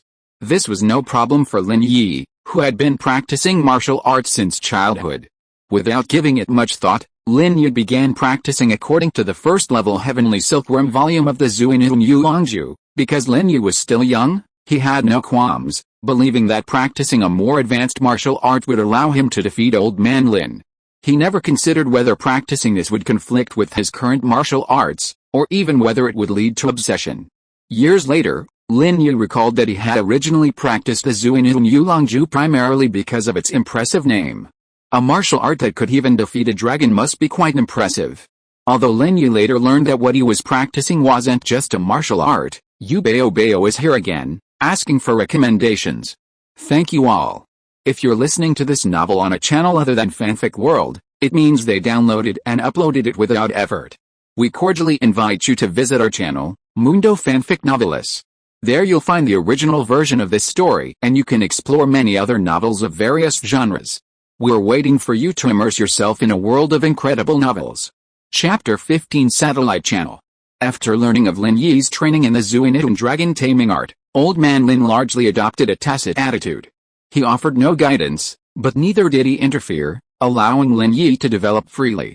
However, while Lin Yi felt a noticeable improvement in his physical fitness after practicing the technique, he couldn't see much difference in his martial arts.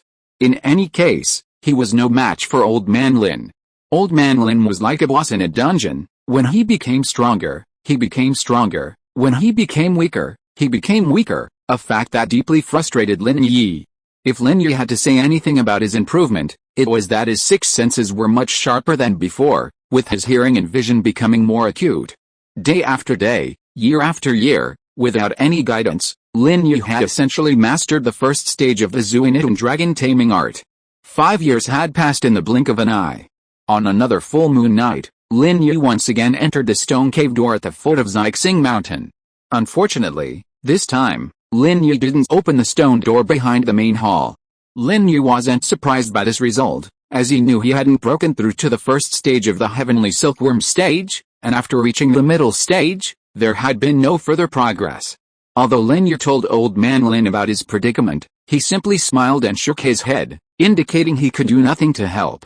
With a second 5-year period approaching, Lin Yi's anxiety grew. After all these years, he was still stuck in the middle stage of the first stage. If this continued, he would continue to fail. Lin Yi now understood that the Xuanyuan Yulong Jue he had been practicing wasn't a martial art, but rather a secret manual akin to cultivation technique. It sounded shocking, but Lin Yi knew that this was exactly what he was practicing.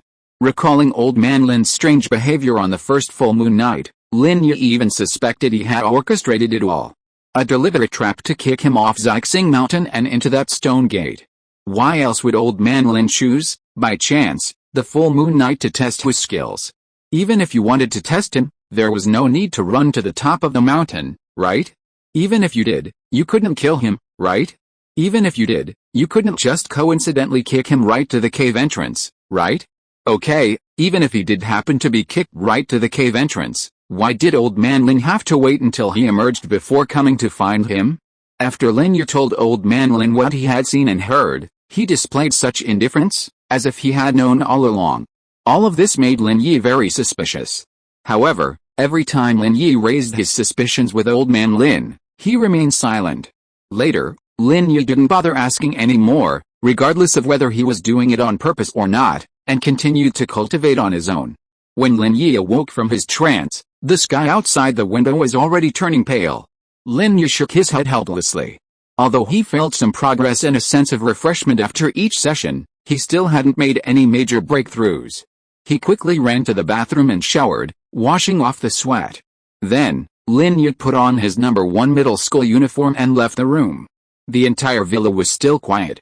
Lin Yi looked up at the stairs. The two girls should still be asleep, right? Bored, Lin Yi sat on the sofa, turned on the 70-inch LCD TV in the living room, and started watching with the sound off. A big TV was just awesome. Lin Yi relaxed on the sofa. This was the first time he'd ever watched such a great TV. Back home, besides a knockoff laptop that could display images, the only other thing he had was a 25-inch TV with a large headrest. Achoo, Lin Yi sneezed. He hadn't expected his constitution to catch a cold. But remembering that he'd always lived in the south, and this was the north, even though it was summer, the temperature difference between day and night was quite significant, so it was normal to experience some acclimatization issues. Lin Yi casually pulled 2 tissues from the tissue box on the coffee table, wiped his nose, and tossed them aside. However, it was early in the morning, and most channels were blank. Lin Yi pressed the channel change button on his remote control. But after a long time, the TV remained silent, with a blank screen. Is the remote battery dead? Lin Yi cursed inwardly, but then thought, that's not right.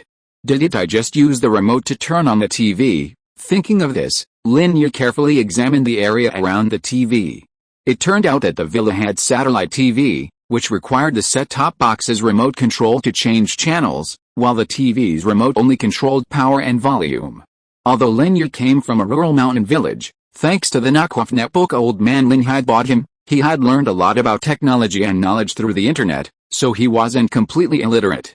After searching around, he found the satellite set-top box's remote control under the coffee table. Lin Yi picked up the remote and began to change channels. Satellite TV is amazing. So many channels. Lin Yi had changed dozens of channels and hadn't found a single duplicate. This channel is for adults and has been locked to parental control. Please enter the password. Default password 000000. This message appeared on the TV as Lin Yi switched to channel. No way? These two girls have adult channels at home? Lin Yi had long heard that the big pot could receive certain special programs, but unfortunately, he had never actually seen one. Although Widow Wang at the village entrance had satellite TV installed, the only channels she could receive were free provincial TV stations. Special channels like this were out of the question. Lin Yi's heart itched. Was it Chu Pengzhan who set the password, or that Miss Chu Mengyao? Or maybe Chen Yushu? Yet, that girl looked coquettish and spoke in an avant-garde manner, Lin Yi thought mischievously. He entered the password, 123,456, but the TV said, the password you entered is incorrect. Please re-enter it, 888,888. Lin Yi entered another password, but the TV still said, the password you entered is incorrect. Please re-enter it. Lin Yi scratched his head and entered 0,00000 inches this time. This time, there was no error message. Instead, the screen seemed to freeze. He couldn't tell if it was verifying the password or if it had crashed. Just as Lin Yi was about to press a button to see what was going on, a picture appeared on the TV. Chapter 16. Caught in the act. The TV was a rather famous woman, whose name Lin Yi couldn't quite remember. He'd seen her before and was deeply impressed. What Lin Yi didn't expect was that the password was actually the default one. It was clearly written on the TV, yet he'd been so clever as to try and find the right one. This was Lin Yi's first time watching a romance on such a large screen. He'd always used his 10-inch laptop before, which couldn't see anything clearly. But this time, he could watch it however he wanted, in HD. Lin Yi's blood boiled, and he almost ran to the TV to watch. "Oh, Yuan. I'm so sleepy, you idiot Choiao. You've been keeping me up all night, and now I'm going to bed, but I can't fall asleep." Chen Yushu's voice echoed from the second floor, followed by the sound of slippers running downstairs. Lin Yi had a keen sense of hearing, and although Chen Yushu's voice was soft, he caught every word. Lin Yi was immediately alarmed. If Chen Yushu caught him watching a romance in the living room, wouldn't he be doomed? Lin Yi was standing next to the TV at the moment. It was too late to go back and get the remote, so he could only reach out and turn off the power on the TV. Then he stood by the windowsill, pretending to look out a window. Lin Yi couldn't help but curse his bad luck in his heart. Yesterday, on his first day, such an indirect kissing blunder happened. If Chen Yushu caught him watching a romance movie in the living room again today, he would definitely be kicked out. Although Lin Yi was reluctant to be a tutor for the young lady, after all, the salary was high and he had good food and drink every day. It would not be easy to find such a job again. The most critical problem was that if he was asked to leave, it was not because of his own resignation, but because he was kicked out by the young lady. And it was for such a reason. If old man Lin knew about this, he would probably never be able to hold his head up high for the rest of his life. Lin Yi sighed, a little bit blaming himself for being impatient. Why did he try the initial password for no reason? But this matter was also Chu Mengyao's fault. Don't you think you can change the password? Chen Yushu was startled when she suddenly saw someone standing by the living room windowsill, almost screaming out in shock. Fortunately, she reacted quickly, remembering that Chu Mengyao had just fallen asleep, and quickly covered her mouth. "What are you doing standing here so early?" Chen Yushu now saw clearly that the person standing there was Lin Yi, the culprit who had caused Chu Mengyao to toss and turn all night. "I couldn't sleep, so I got up." Lin Yi had a guilty conscience and looked a little embarrassed. "Oh." Chen Yushu didn't think much of it, but frowned and said, "From now on, when you wake up, stay in your room. You almost scared me to death just now. Sister Yao and I are used to being alone, and suddenly there's another person. We're not used to it." "Okay," Lin Yi thought to himself.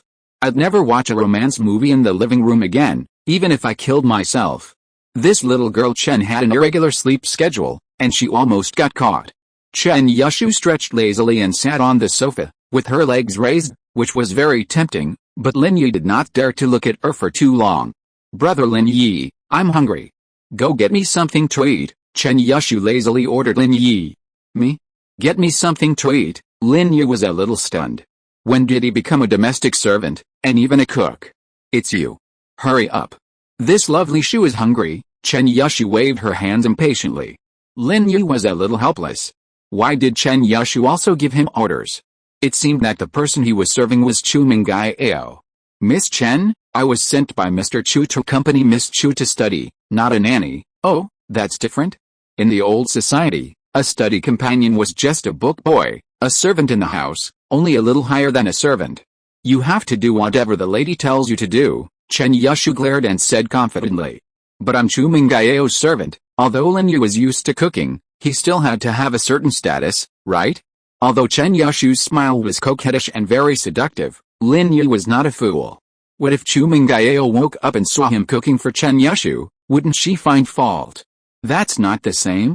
Sister Yao and I are good friends, and what I said is what she said." Chu Mengyao was a little annoyed when she saw that Lin Yi was still indifferent after she finished speaking.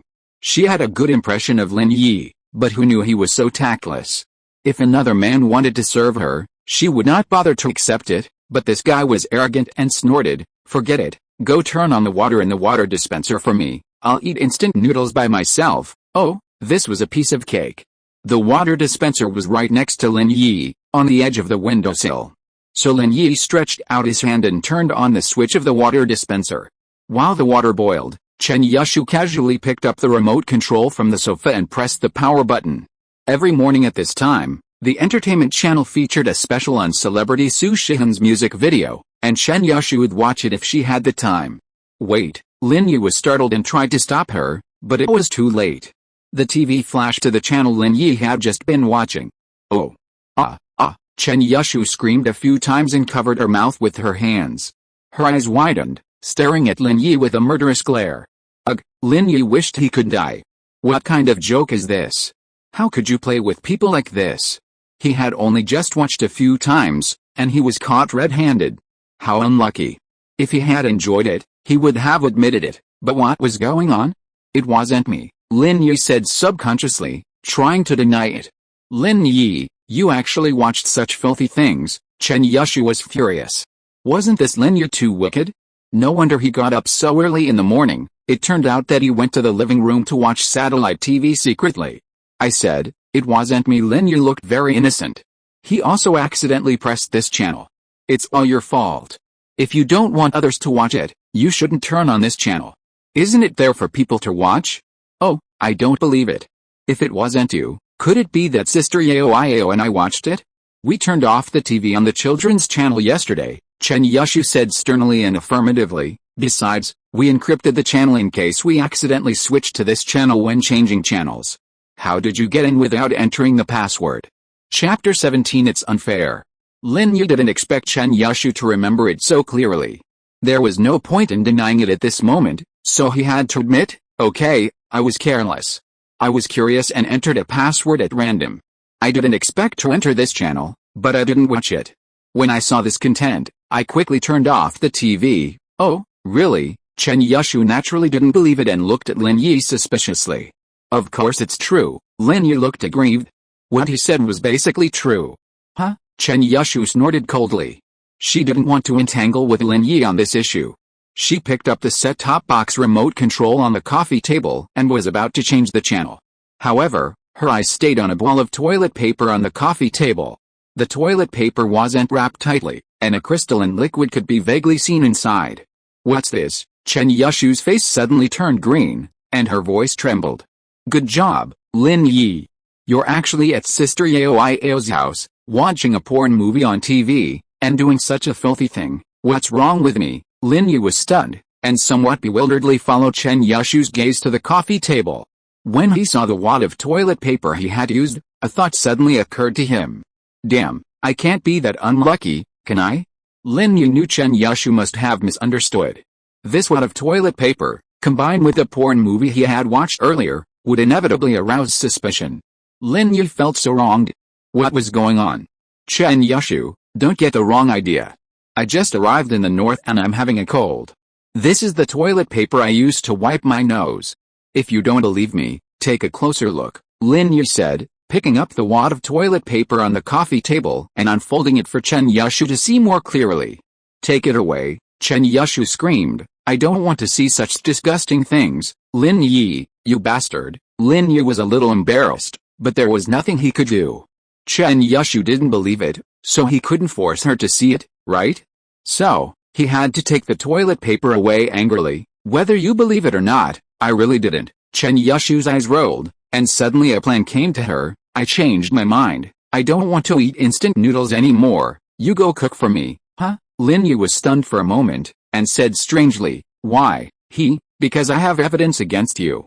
If you don't go, I will tell Uncle Chu that you were masturbating at home in front of the TV and scared me and Sister Yao. Chen Yushu smiled slyly. Lin Yi's forehead suddenly became black. It was unfair. But where could he go to seek justice for this matter? If the old man knew about it, his life would be over.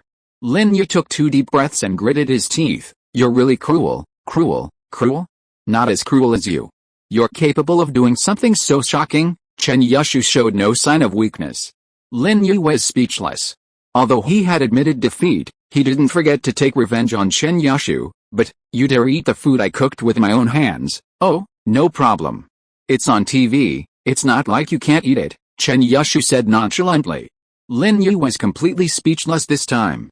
This little devil Chen Yushu was much more difficult to deal with than Chu Mengyao.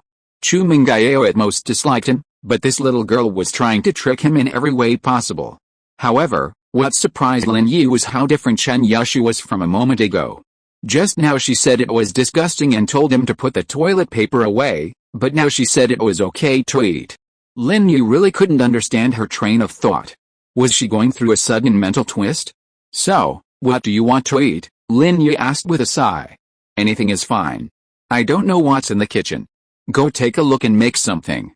I'm not picky. Chen Yushu adjusted herself into a comfortable position, lying seductively on the sofa, her smooth legs swaying back and forth, looking very proud. Okay, Lin Yi was afraid that Chen Yushu would notice his embarrassment, so he hunched over and walked towards the kitchen. However, before he took 2 steps, Chen Yushu called him. Brother Arrow, what's wrong with you?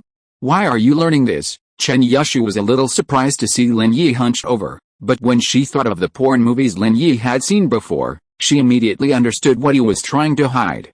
Chen Yushu blushed and quickly turned her face away, snorting, "How disgusting." Lin Yi didn't bother to explain. Since he had been discovered, he simply stood up and walked quickly towards the kitchen. Chen Yushu watched Lin Yi's back as he retreated, a sly smile appearing at the corner of her mouth. Humph, do you think I'm stupid?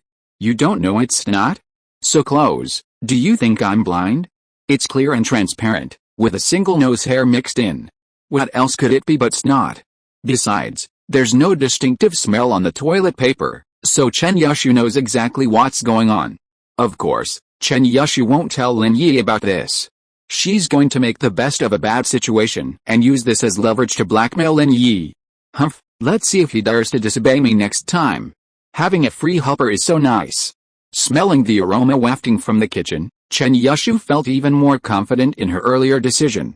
Lin Yi arrived in the kitchen and was surprised to find it quite well equipped, far superior to the big earthen stoves in the countryside. Everything was so modern. He noticed a cute little apron with a large fish pattern hanging on the wall nearby. It looked new, though, so it probably hadn't been used much. It seemed these 2 girls were so selfless that they couldn't possibly cook for themselves. Lin Yi tied on his apron and began searching the kitchen for ingredients. In the refrigerator were vegetables like tomatoes, spinach, and celery, along with some eggs, though the quantities of each were small. Uncle Fu must have prepared them for Chu Mengyao, just in case. Whether the eldest daughter actually cooked was unknown, but as Chu Pengzhan's most trusted person, Uncle Fu naturally considered everything carefully.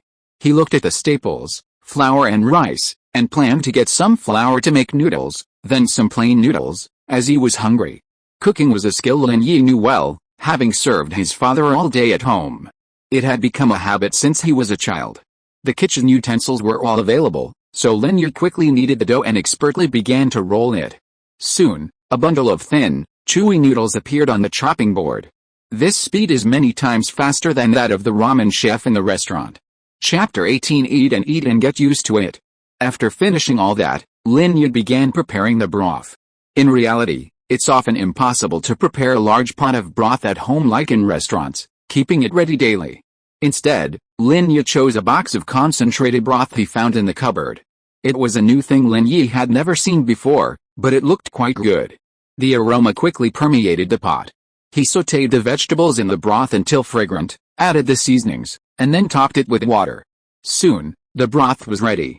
Meanwhile, Lin Yi was busy boiling water and adding the ramen noodles. After turning the water over, he scooped the noodles out and placed them in 2 bowls, then topped them with the broth. 2 bowls of fragrant plain noodles were ready. While Lin Yi's plain noodles weren't strictly prepared according to the standard recipe, they had a unique flavor. The old man at home loved Lin Yi's noodles the most. There were still some noodles left in the pot. Lin Yi figured 1 bowl would be enough for Chen Yushu, and the rest would be just enough for himself. Oh, is it ready? Chen Yushu sniffed the aroma, her saliva dripping down her cheeks. Finally, unable to hold back any longer, she slipped on her slippers, stomped into the kitchen, and called out to Lin Yi. All right, I was just about to call you over to eat, Lin Yi said, taking off his apron and hanging it aside. Oh yeah, you used Sister Yao's apron. Don't tell her. Chen Yushu glanced at the apron hanging on the wall and said, since you cook for me, I won't tell her, huh? Lin Yi was puzzled. When had Chen Yushu become so kind? But then he thought again, and he felt that Chen Yushu's heart was truly wicked. The way she gloated over Chu Mengyao drinking his water yesterday was a clear sign. She probably didn't have good intentions this time, but what she thought was none of Lin Yi's business. As long as Chu Mengyao didn't take advantage of him and he could continue to accompany her in her studies, he would be fine. Chen Yushu frowned at the fact that Lin Yi was sitting across from her and eating. It made Chen Yushu feel a little uncomfortable to see a grown man sitting across from her and eating. But when she thought about the fact that these fragrant noodles were made by Lin Yi, it seemed a bit unreasonable to chase him away, so she just endured it and filled her stomach first. Chen Yushu had never eaten such delicious noodles before. She usually ate instant noodles or drank some milk in the morning before going to school. This was the first time she had eaten such handmade ramen. However, Chen Yushu was afraid that Lin Yi would become proud. Although she was full of admiration in her heart, she did not say it out loud. She just focused on finishing the noodles in the bowl in front of her and ignored Lin Yi sitting across from her. Lin Yi was even happier that Chen Yushu ignored him. He was afraid that this girl would find something to pick on him again. After finishing the noodles in his bowl in no time, Lin Yi took the bowl to get the second bowl. But as he reached the pot, he thought of Chen Yushu again and asked, "Are you still eating?" "No." Chen Yushu shook her head. "Go get me a glass of water. Aren't there drinks behind you?" Lin Yi pointed to the refrigerator behind Chen Yushu and poured himself a bowl of noodles. "Oh, juice isn't good for the morning. Plain water is good for your health. Why are you talking so much nonsense? Are you going or not?" Chen Yushu glared at him impatiently.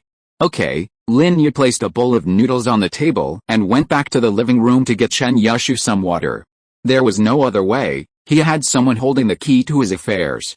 "Where's your cup?" Halfway through, Lin Yi remembered he hadn't seen Chen Yushu's cup. What could he use to pour her water?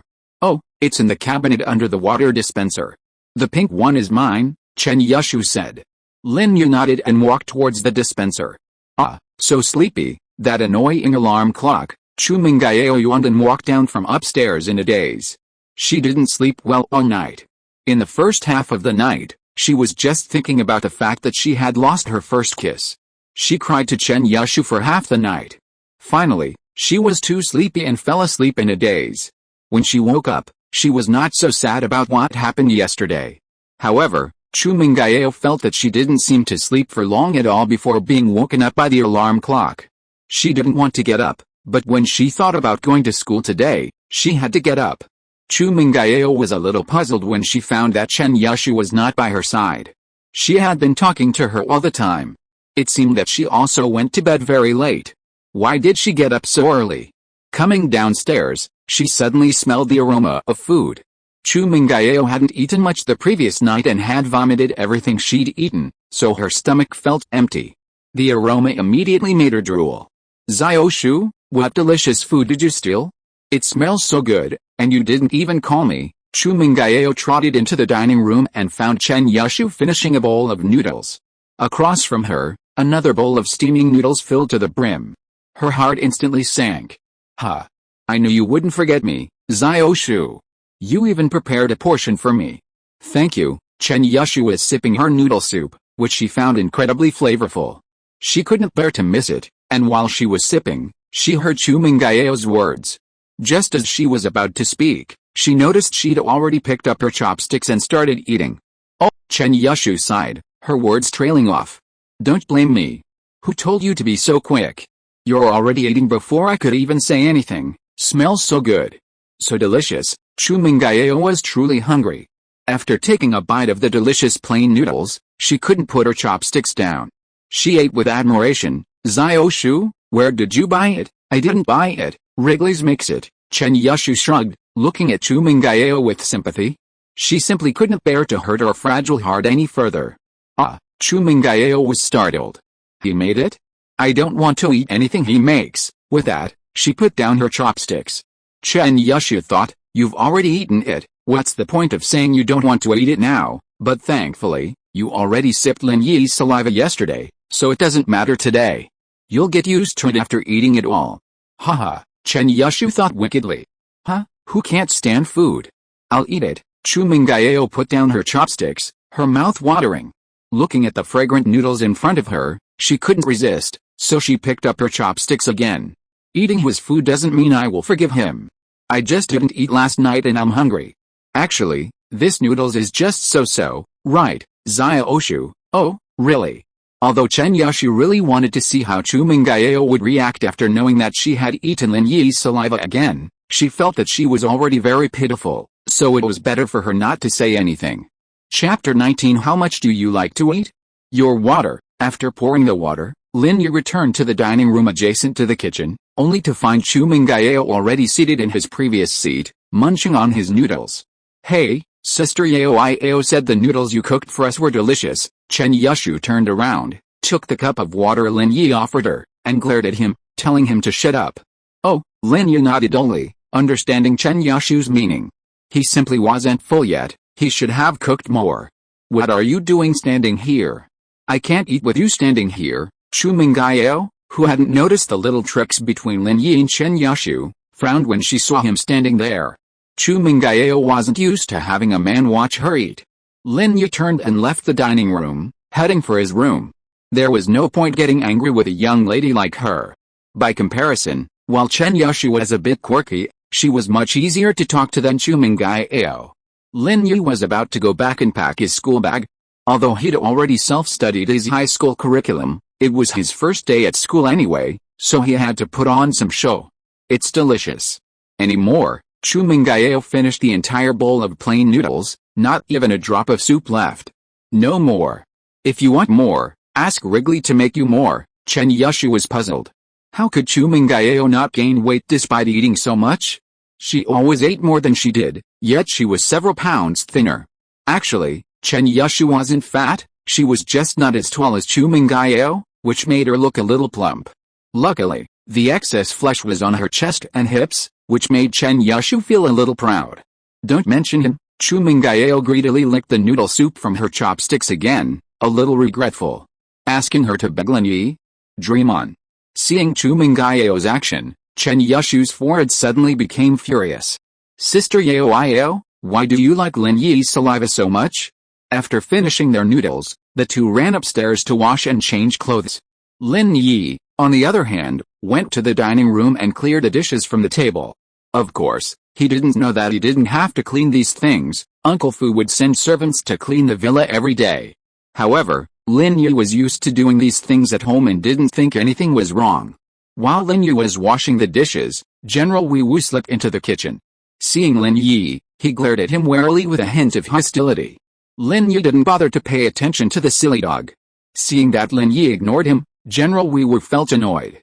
He glared at Lin Yi for a while and then turned away. It must be said that dogs are very sensitive animals, and they are very sensitive to dangers greater than themselves. However, since Lin Yi didn't make any aggressive moves, General Weiwu didn't dare to provoke him. He quickly washed the dishes and put them in the sterilizer. By then, Chu Mengyao and Chen Yushu had washed up and changed out of their home clothes into nice clothes.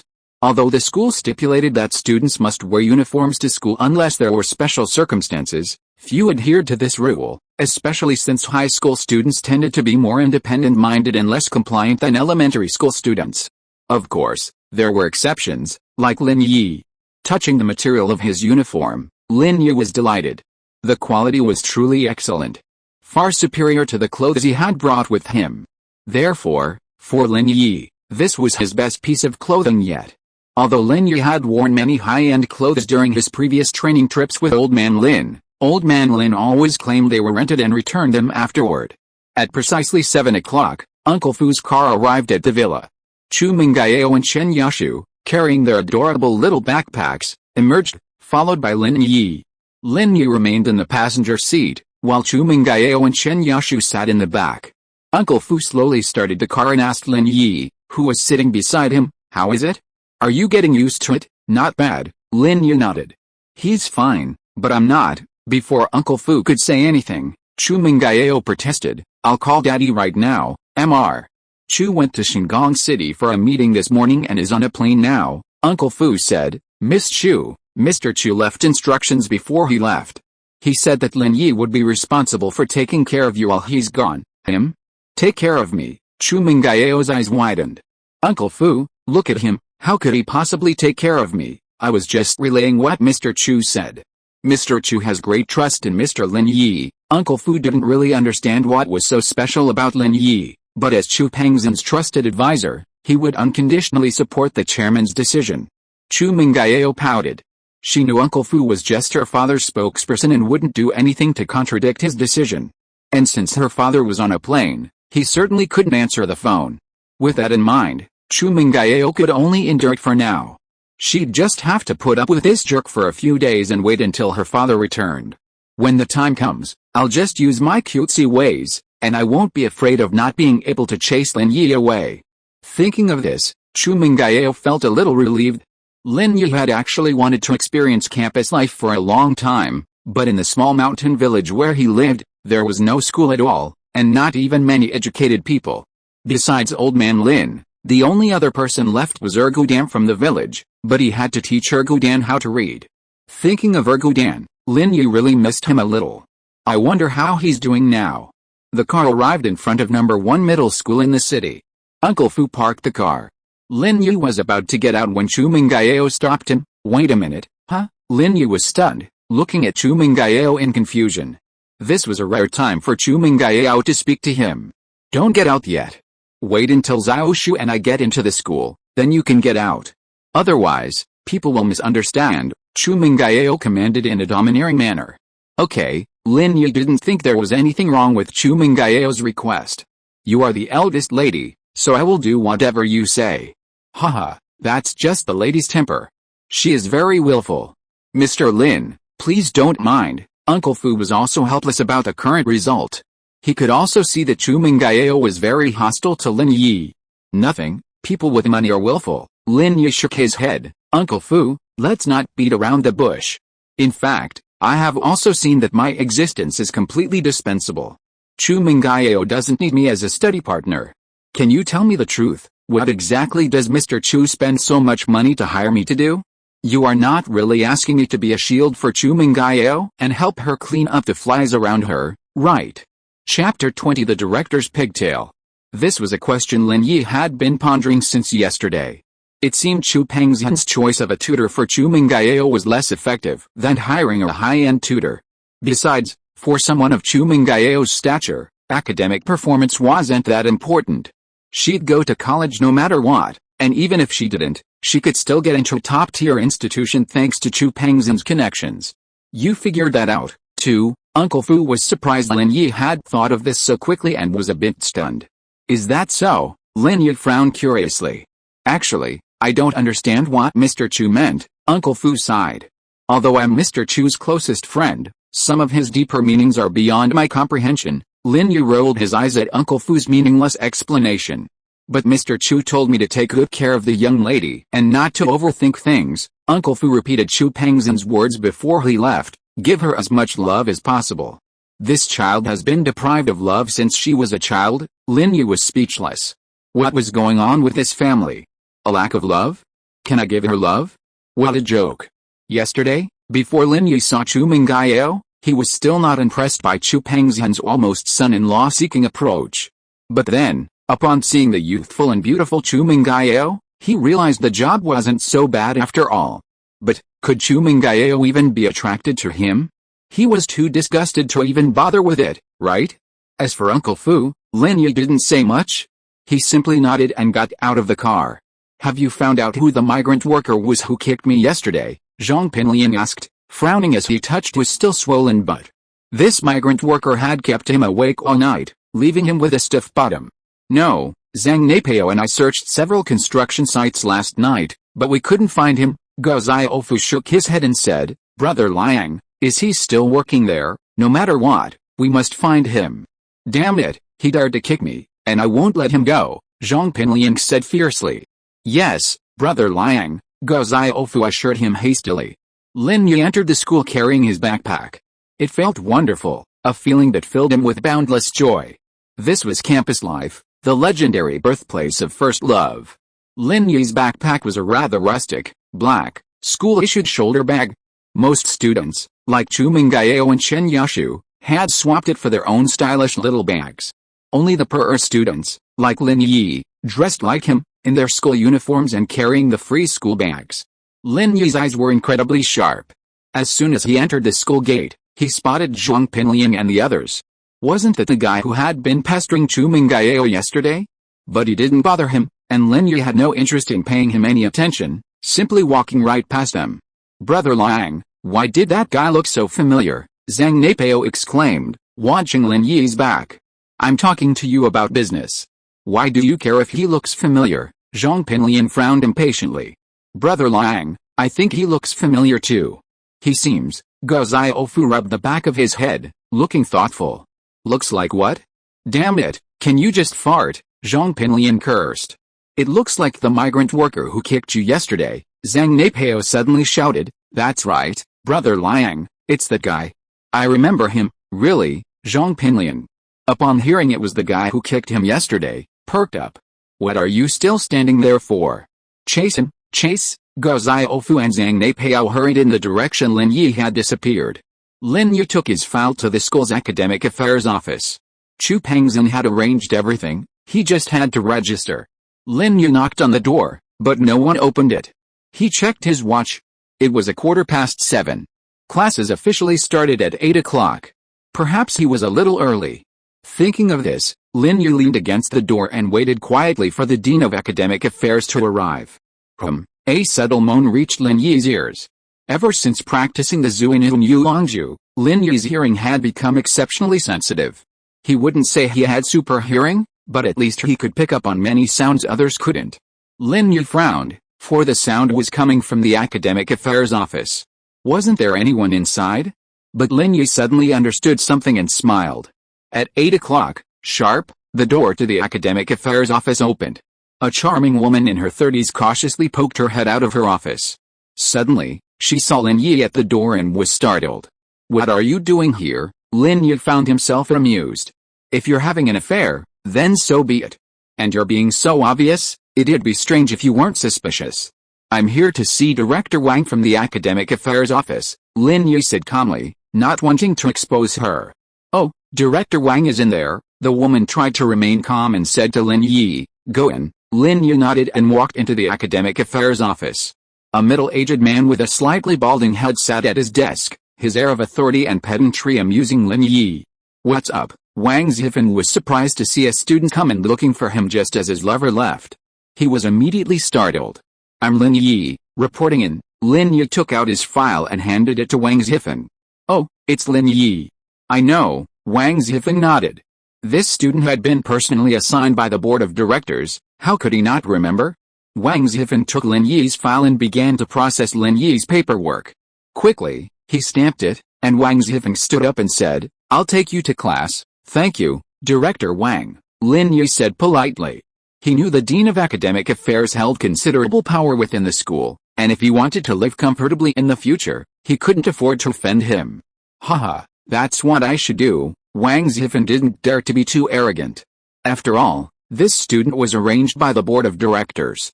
Walking out of the Academic Affairs office with Lin Yi, Wang Xixing asked tentatively, "Did you just get here a while ago?" Lin Yi saw no need to lie. The school corridors were all monitored by security cameras, and Wang Xixing could watch them if he wanted. "What about you?" Wang Xixing hesitated, unsure what to say. It was all his fault for impulsively doing that so early in the morning. Now, he might as well be caught.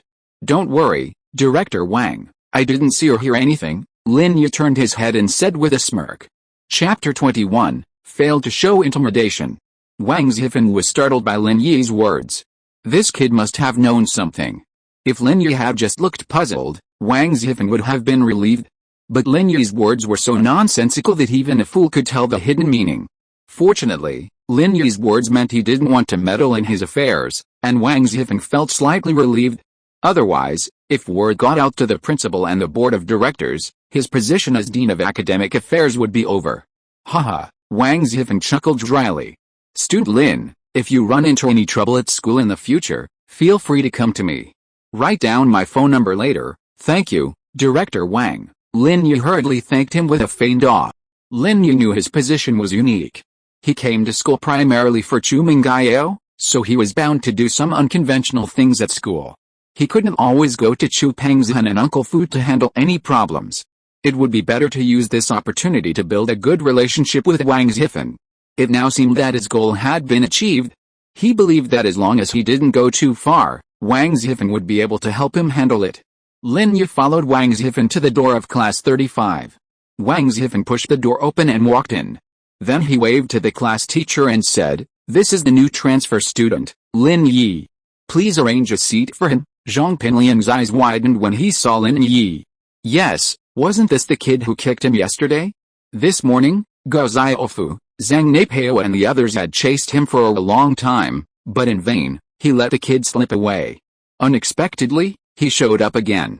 "My name is Lin Yi, Xuanyuan Lin Yi means elegant." After Lin Yi gave a brief self-introduction, the class teacher arranged a single table at the back. There was nothing he could do. Although the class teacher could see that Lin Yi was someone important, this was not the time to arrange seats at the beginning of the school year. Now that the seats were fixed, the head teacher couldn't adjust them at will, so he had to let Lin Yi sit at the back for now and make plans later. However, Lin Yi didn't care much about where he sat. He nodded happily and walked to the last row of the class. When Lin Yi introduced himself, Chu Mengyao lowered her head, but Chen Yushu blinked her big eyes and stared at Lin Yi curiously like a baby. It made Lin Yi feel creepy.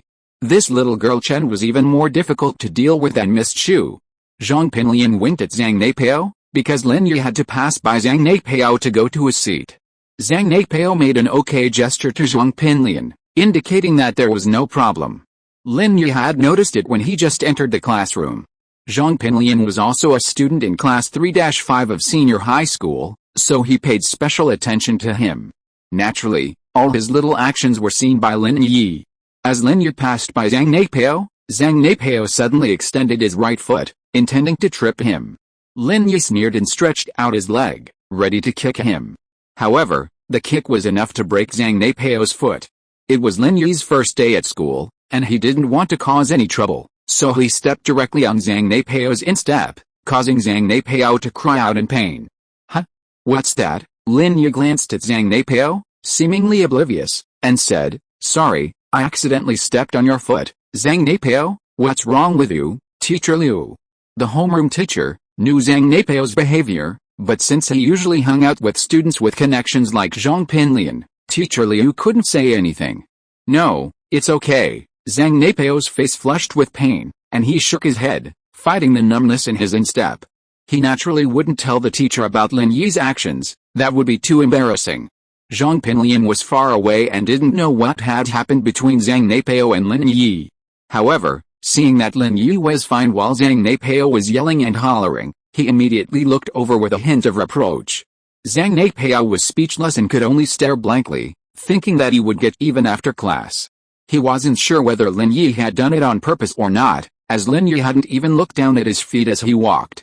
Lin Yi's apology earlier, as if he hadn't really known what was going on, made Zhang Neipao very upset. Lin Yi's seat wasn't far from Chu Mengyao and Chen Yushu, so he could see them just by looking up. It was a good choice, as he could keep an eye on them. After all, his primary responsibility was to take care of Chu Mengyao, whose money he had taken. The first day of school was quite a novelty for Lin Yi. He had never been in a classroom before, he had only seen classrooms, schools, and students attending classes online. Lin Yi opened his school bag and pulled out his physics textbook. Today's first class was physics, and Lin Yi had already checked the schedule. "Student Lin Yi, this is your first day of school. I hope everyone will be considerate of you. Also, I don't want to see any bullying. We're already in our third year of high school, and I don't want anyone to miss out on their diplomas." Teacher Liu still had to warn Zhong Pinliang, Zhang Neipao, and the others. Zhong Pinliang, in particular, was capable of anything. He was known as one of the foremost ruthless bullies on campus, and bullying his classmates was a daily occurrence.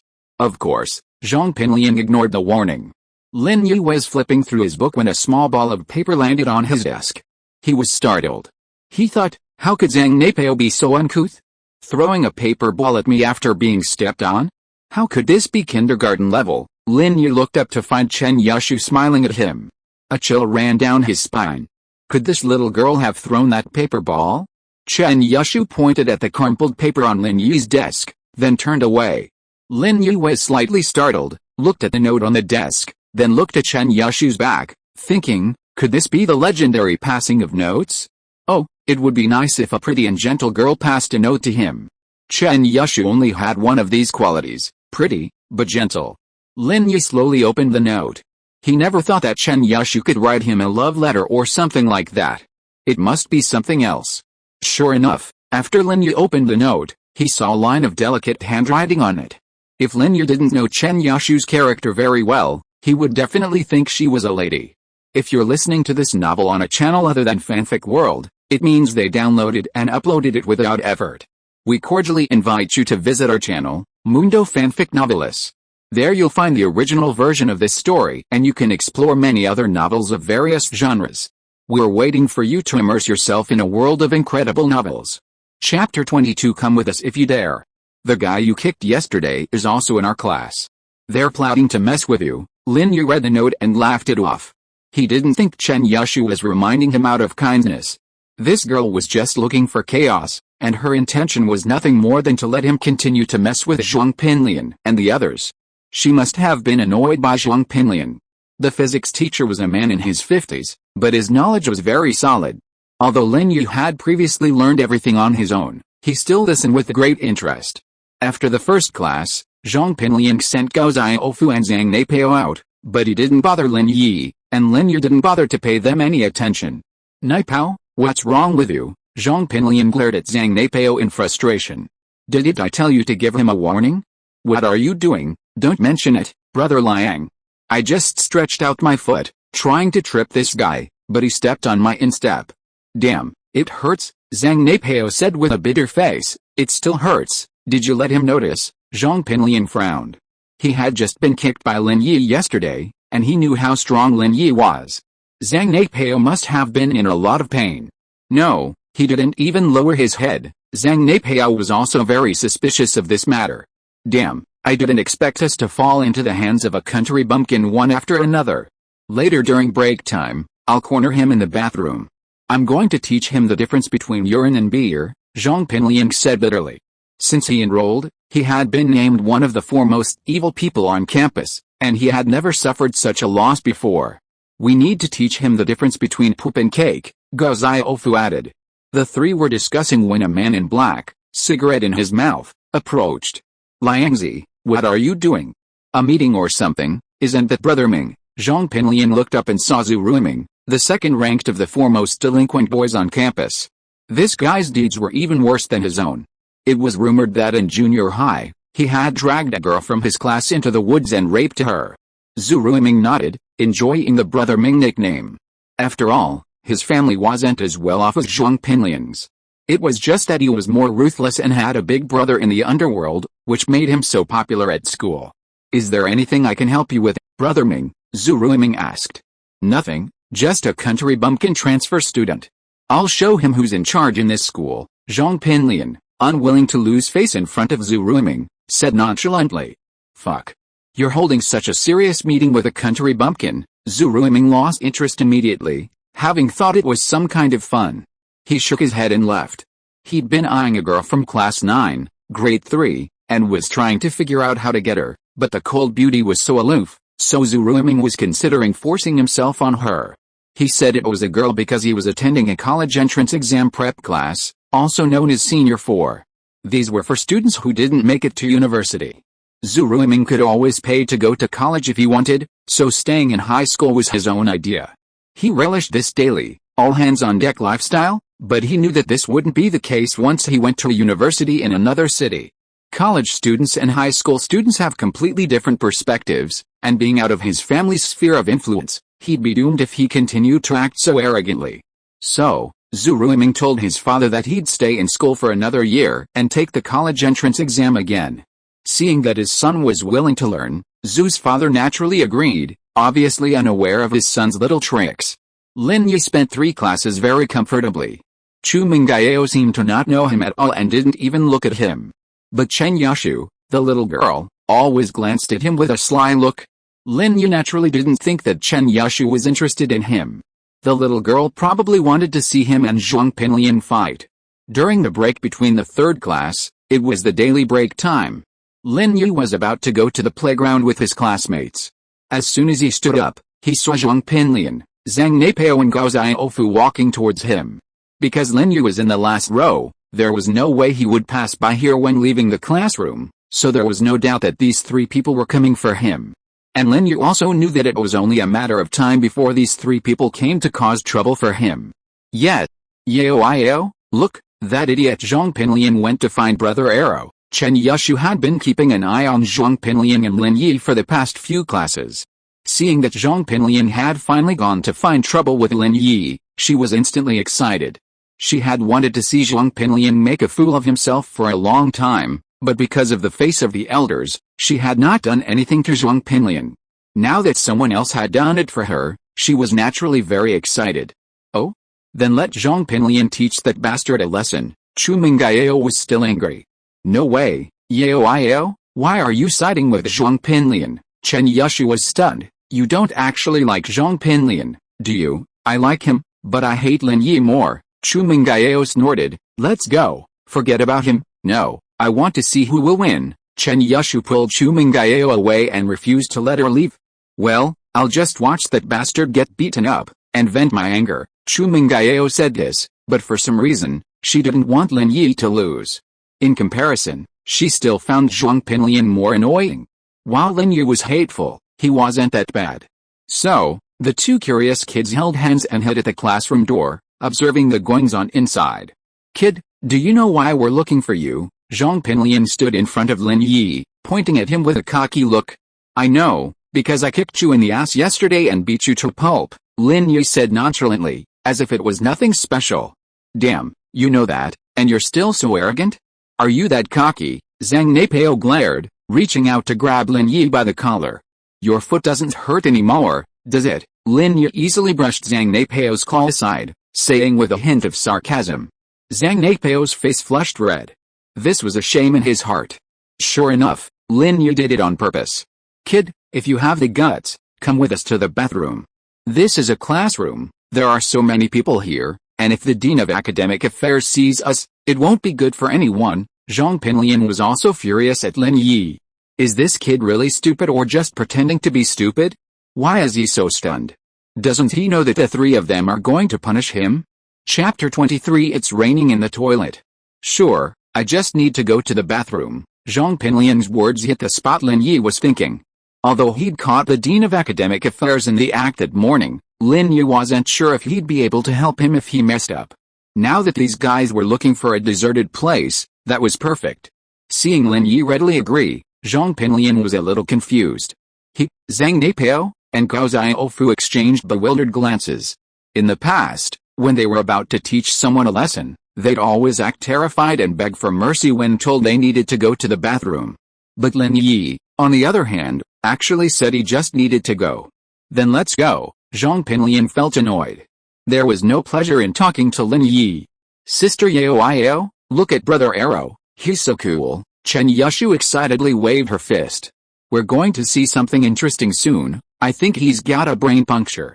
Facing three people alone, and he's still so pretentious, Chu Mengyao pouted. Lin Yi, Zhong Pinliang, and the other two left the classroom only to find Chu Mengyao and Chen Yushu standing at the door. Lin Yi didn't mind, as he'd known Chen Yushu would be there to watch the fun. But Zhong Pinliang put on a rather ingratiating smile. Yao, why are you here? Why can't I be here? I can be wherever I want. What's it to you? Chu Mengyao rolled her eyes at Zhong Pinliang. What are you guys doing, me? This country bumpkin is clueless. I'm going to teach him a lesson. Zhong Pinliang didn't know that Lin Yi and Chu Mengyao knew each other and assumed they were alone. In Zhong Pinliang's opinion, women generally prefer dominant men. The more dominant they are, the more secure they feel. Therefore, he always acted arrogantly and domineeringly in front of Chu Mengyao, not realizing that this only made her more disgusted. Oh, then you really should teach him a lesson. As Chu Mengyao said this, she glared at Lin Yi and thought to herself, I told you to take advantage of me yesterday, and now you're getting your comeuppance, right? Okay, Zhong Pinliang was overjoyed when he heard Chu Mengyao agree with his point of view. It turned out that Chu Mengyao liked watching him bully others. It seems that Chu Mengyao also likes those kind of gangster students. If he had known that she liked that, wouldn't he have picked her up a long time ago? Come on, Lin Yi, come on, Lin Yi, Chen Yushuo shouted at an inappropriate time.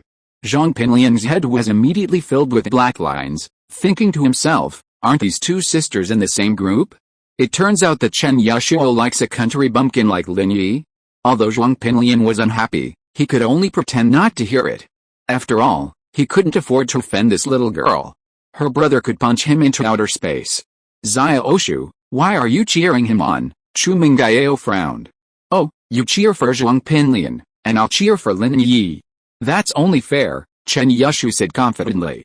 Lin Yi didn't linger, turning and heading for the men's restroom. Hey, can you guys just stay here and not go to the bathroom? Chen Yushu didn't want them to go to the bathroom, as that would mean they wouldn't see their drama. Zhong Pinliang pointed in the direction of the restroom, implying that Lin Yi had already gone in and there was nothing he could do. Originally, he'd wanted to relieve himself in the school corridor. While that might attract the attention of the Dean of Academic Affairs, he accepted the chance to win the favor of a beautiful woman. In reality, students like Zhong Pinliang were still terrified of their homeroom teacher and the Dean of Academic Affairs. After all, he was a student, not as fearless as the sleazy young men who had made their way into society. If the Dean of Academic Affairs actually reported his misdeeds at school to his father, he wouldn't be in a good mood back home. But most of the time, the homeroom teacher and the Dean of Academic Affairs turned a blind eye to young men like him who had paid for their services. They knew they couldn't study, so as long as they didn't cause any major trouble, they just let them be. How about you guys come in and watch? Zhong Pinliang hesitated. Oh, that's the men's room. Chen Yushu pointed at the large men's sign above the restroom and said, Little Liangzi, you're not going to make us make a mistake, are you? Zhong Pinliang was irritated by being called Little Liangzi, but he had no idea what to do. He smiled and said, It's okay. Everyone else is in the restroom for exercise. Who's going to use the restroom at this hour? Let's go in first. Zhong Pinliang was afraid that Lin Yi would run into the restroom and lock himself in the stall, so he quickly ran in with Zhang Neipao and Gao Xiaofu. Sister Yao, how about we go in? Chen Yushu didn't want to miss this exciting moment. She also wanted to see Lin Yi beat up Zhong Pinliang. Isn't it bad? Chu Mengyao hesitated. After all, she had never been in a men's restroom since she was a child. Oh, what's the big deal? Did Zhong Pinliang say no one uses the restroom at this hour? Chen Yushu grabbed Chu Mengyao's hand without hesitation and ran to the men's restroom. Oh, Chu Mengyao sighed, feeling something was amiss. Did she always have a bad premonition?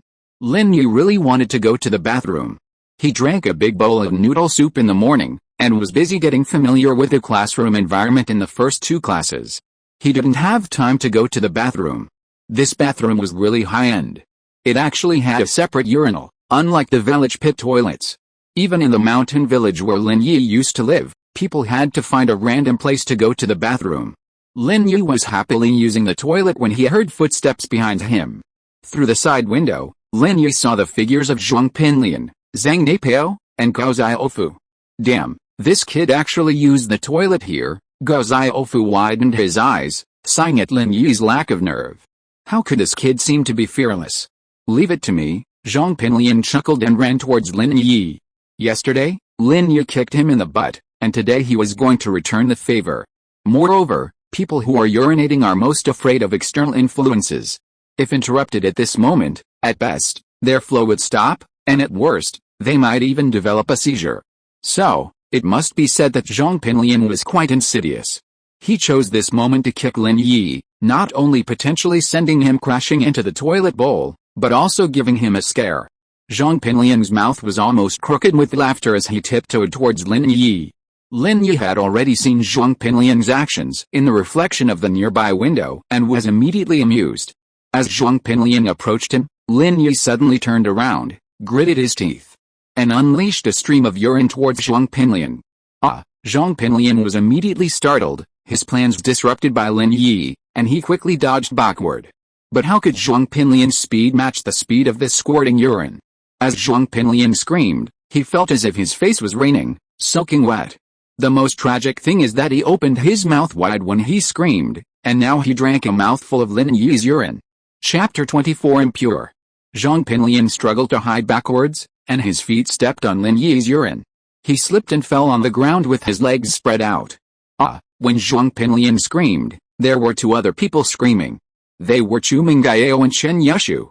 Chu Mengyao and Chen Yushu tiptoed to the door of the men's restroom. They originally wanted to watch the duel between Lin Yi and Zhong Pinliang inside. But unexpectedly, as soon as they looked out, they saw Zhong Pinliang soaked like a drowned chicken. Chu Mengyao was going crazy.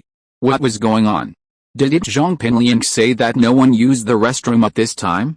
Then what was Lin Yi doing? Chu Mengyao covered her eyes with her hands, cursed hateful, and ran away quickly.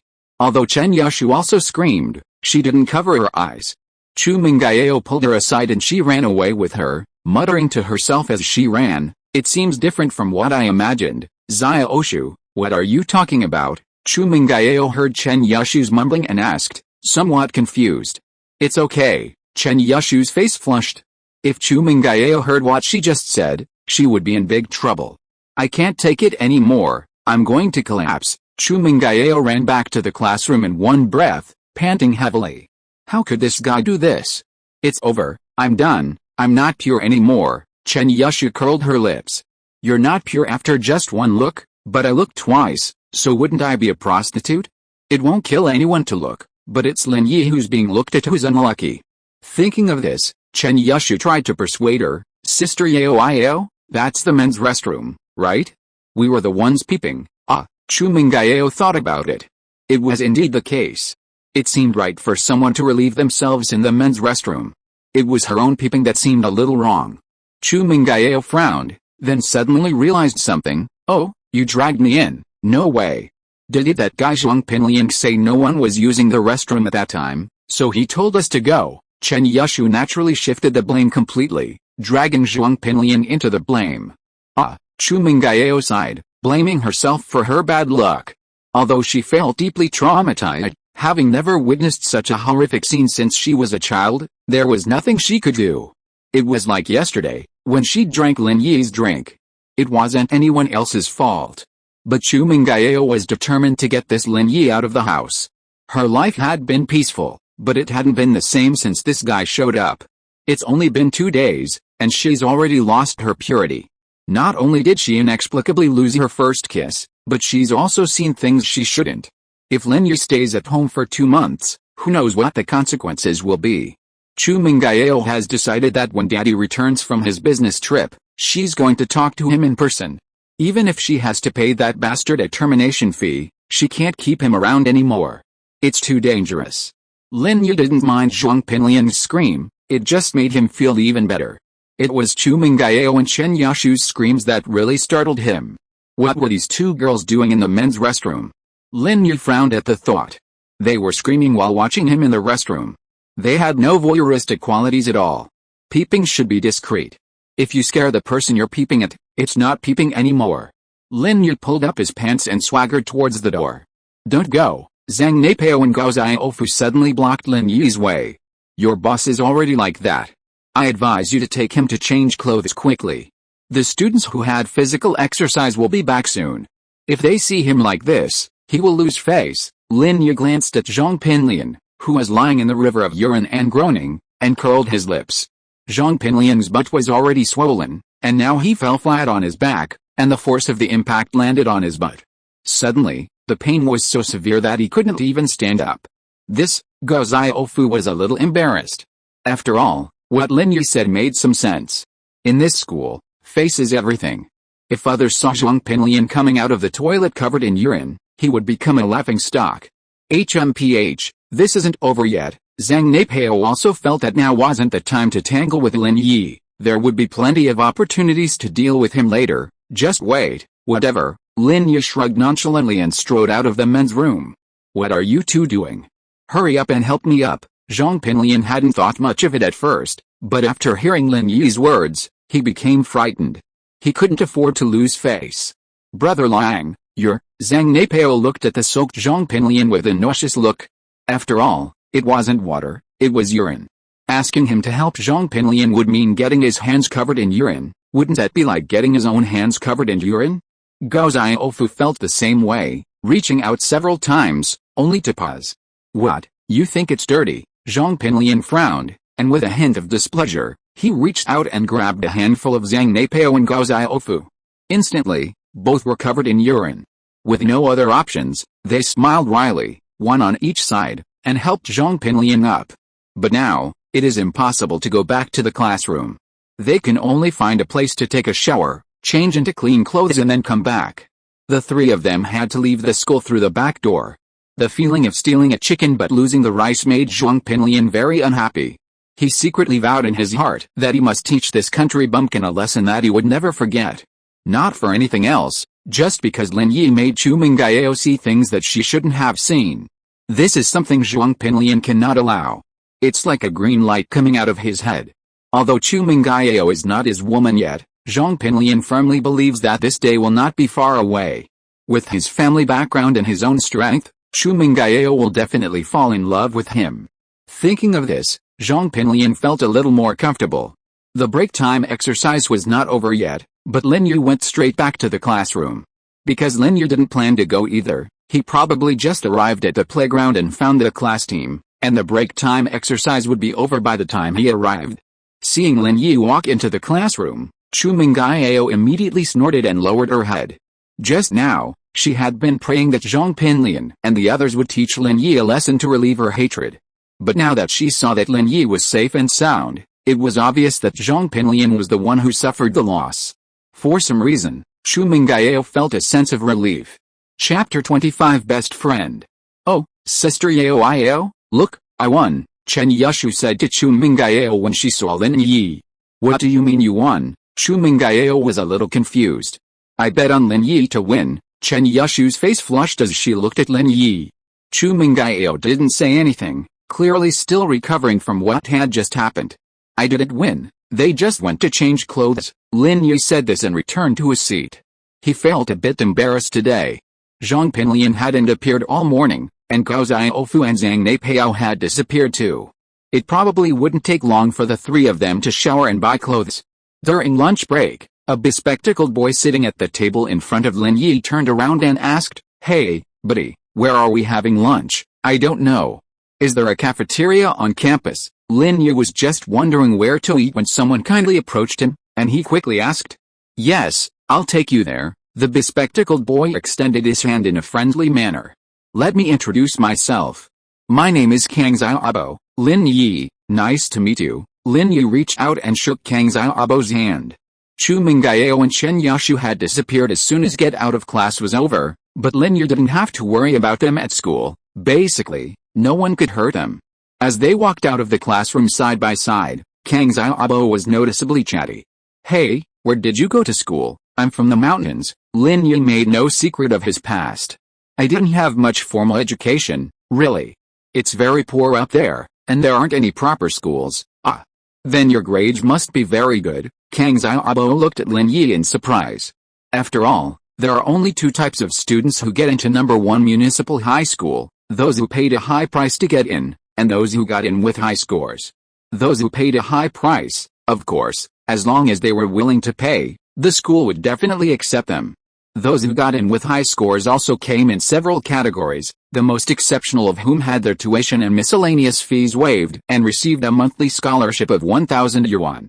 Since Lin Yi said his hometown was so poor, lacking even a proper school, it must be quite impoverished and backward. Judging from Lin Yi's attire, he didn't seem to have a powerful background, and it was even more unlikely that he'd paid his way in. The only possibility left was that he'd gotten in based on academic performance. "Just average," Lin Yi said with a wry smile. He couldn't explain his own identity, so he had just let Kang Xiaobo have his say. Brother, you're too modest." Kang Xiaobo had also been admitted to number 1 middle school, and he had a certain disdain for students like Zhong Pinliang who paid to pass the time. Seeing that Lin Yi had also gotten in based on academic performance, he immediately took a liking to him. The two of them walked towards the cafeteria together, seeing beautiful young women everywhere, leaving Lin Yi dazzled. "Dude, so you're into that, too?" Kang Xiaobo noticed Lin Yi's darting gaze and gave a sly smile. He whispered, "But let me tell you, there are only a few truly top-notch students in our school." "What do you mean by top-notch?" Lin Yi asked, taken aback. Although he had glanced at the girls a few times, he was mostly looking at the facilities and environment. "Hey, brother, you're still pretending to be innocent." Kang Xiaobo patted Lin Yi on the shoulder and said, "At our age, It's normal to have feelings for beautiful girls. But, looking at them is fine, and you can fantasize about them in your mind, but if you really pursue them, I'm afraid you'll only get rejected. Lin Yi smiled bitterly after hearing Kang Xiaobo's words. This kid turned out to be a fierce wolf. He looked quite gentle and wore glasses, but he turned out to be a reserved and sultry guy. Seeing Lin Yi remain silent, Kang Xiaobo assumed he was unconvinced, so he continued, "Hey, buddy, don't be unconvinced. Really, good grades aren't everything these days. Of course, that's part of the equation. Girls love good looks, but most importantly, money in their pockets. For us, forget it, haha, that's an interesting theory." Lin Yi laughed, but inwardly, he disagreed. Girls like Chu Mengyao and Chen Yashu, money means nothing to them. Otherwise, with Zhong Pinliang's family background, how could he possibly not be able to catch up? Of course, but theories alone are useless. Those elite students at our school have very high standards. Kang Xiaobo shook his head. What elite students? Who are they? Lin Yi, after hearing this, became a bit gossipy. He was bored anyway, and since Kang Xiaobo was interested in getting close to him, it wouldn't be bad to have another friend at school. Men, isn't it? Didn't you see? They're in our class, and they've taken up 2 spots. Kang Xiaobo said this, suddenly feeling a little proud. Although the beauty had nothing to do with him, they were in the same class after all, and telling others about it would be enough to make others envious. If for no other reason than to be pleasing to the eyes. Are you talking about Chu Mengyao and Chen Yashu? Lin Yi only knew the names of these 2 girls. When he saw Chu Mengyao's information, he knew that she was the school belle, and her good sister Chen Yashu was naturally 1 in a million. Holy crap, man, you've only been here for the whole morning, and you've already got these 2 names. Kang Xiaobo's mouth opened into an O shape, and he immediately revealed a look of surprise. Looking at Kang Xiaobo's expression, Lin Yi also knew that he must have misunderstood. You don't have to look like that. In fact, I'm sure that these 2 are the dream girls of 80% of the boys in the class. Kang Xiaobo smiled and adjusted his slightly faded gold-rimmed glasses. But, the only one who dares to pursue them is Zhong Pinliang. Zhong Pinliang's family is very rich, right? Lin Yi knew that he and Zhong Pinliang had a grudge. As long as he was doing his job of protecting Chu Mengyao, this grudge would not be resolved unless Zhong Pinliang gave up pursuing Chu Mengyao. So, Lin Yi planned to learn more about Zhong Pinliang from Kang Xiaobo.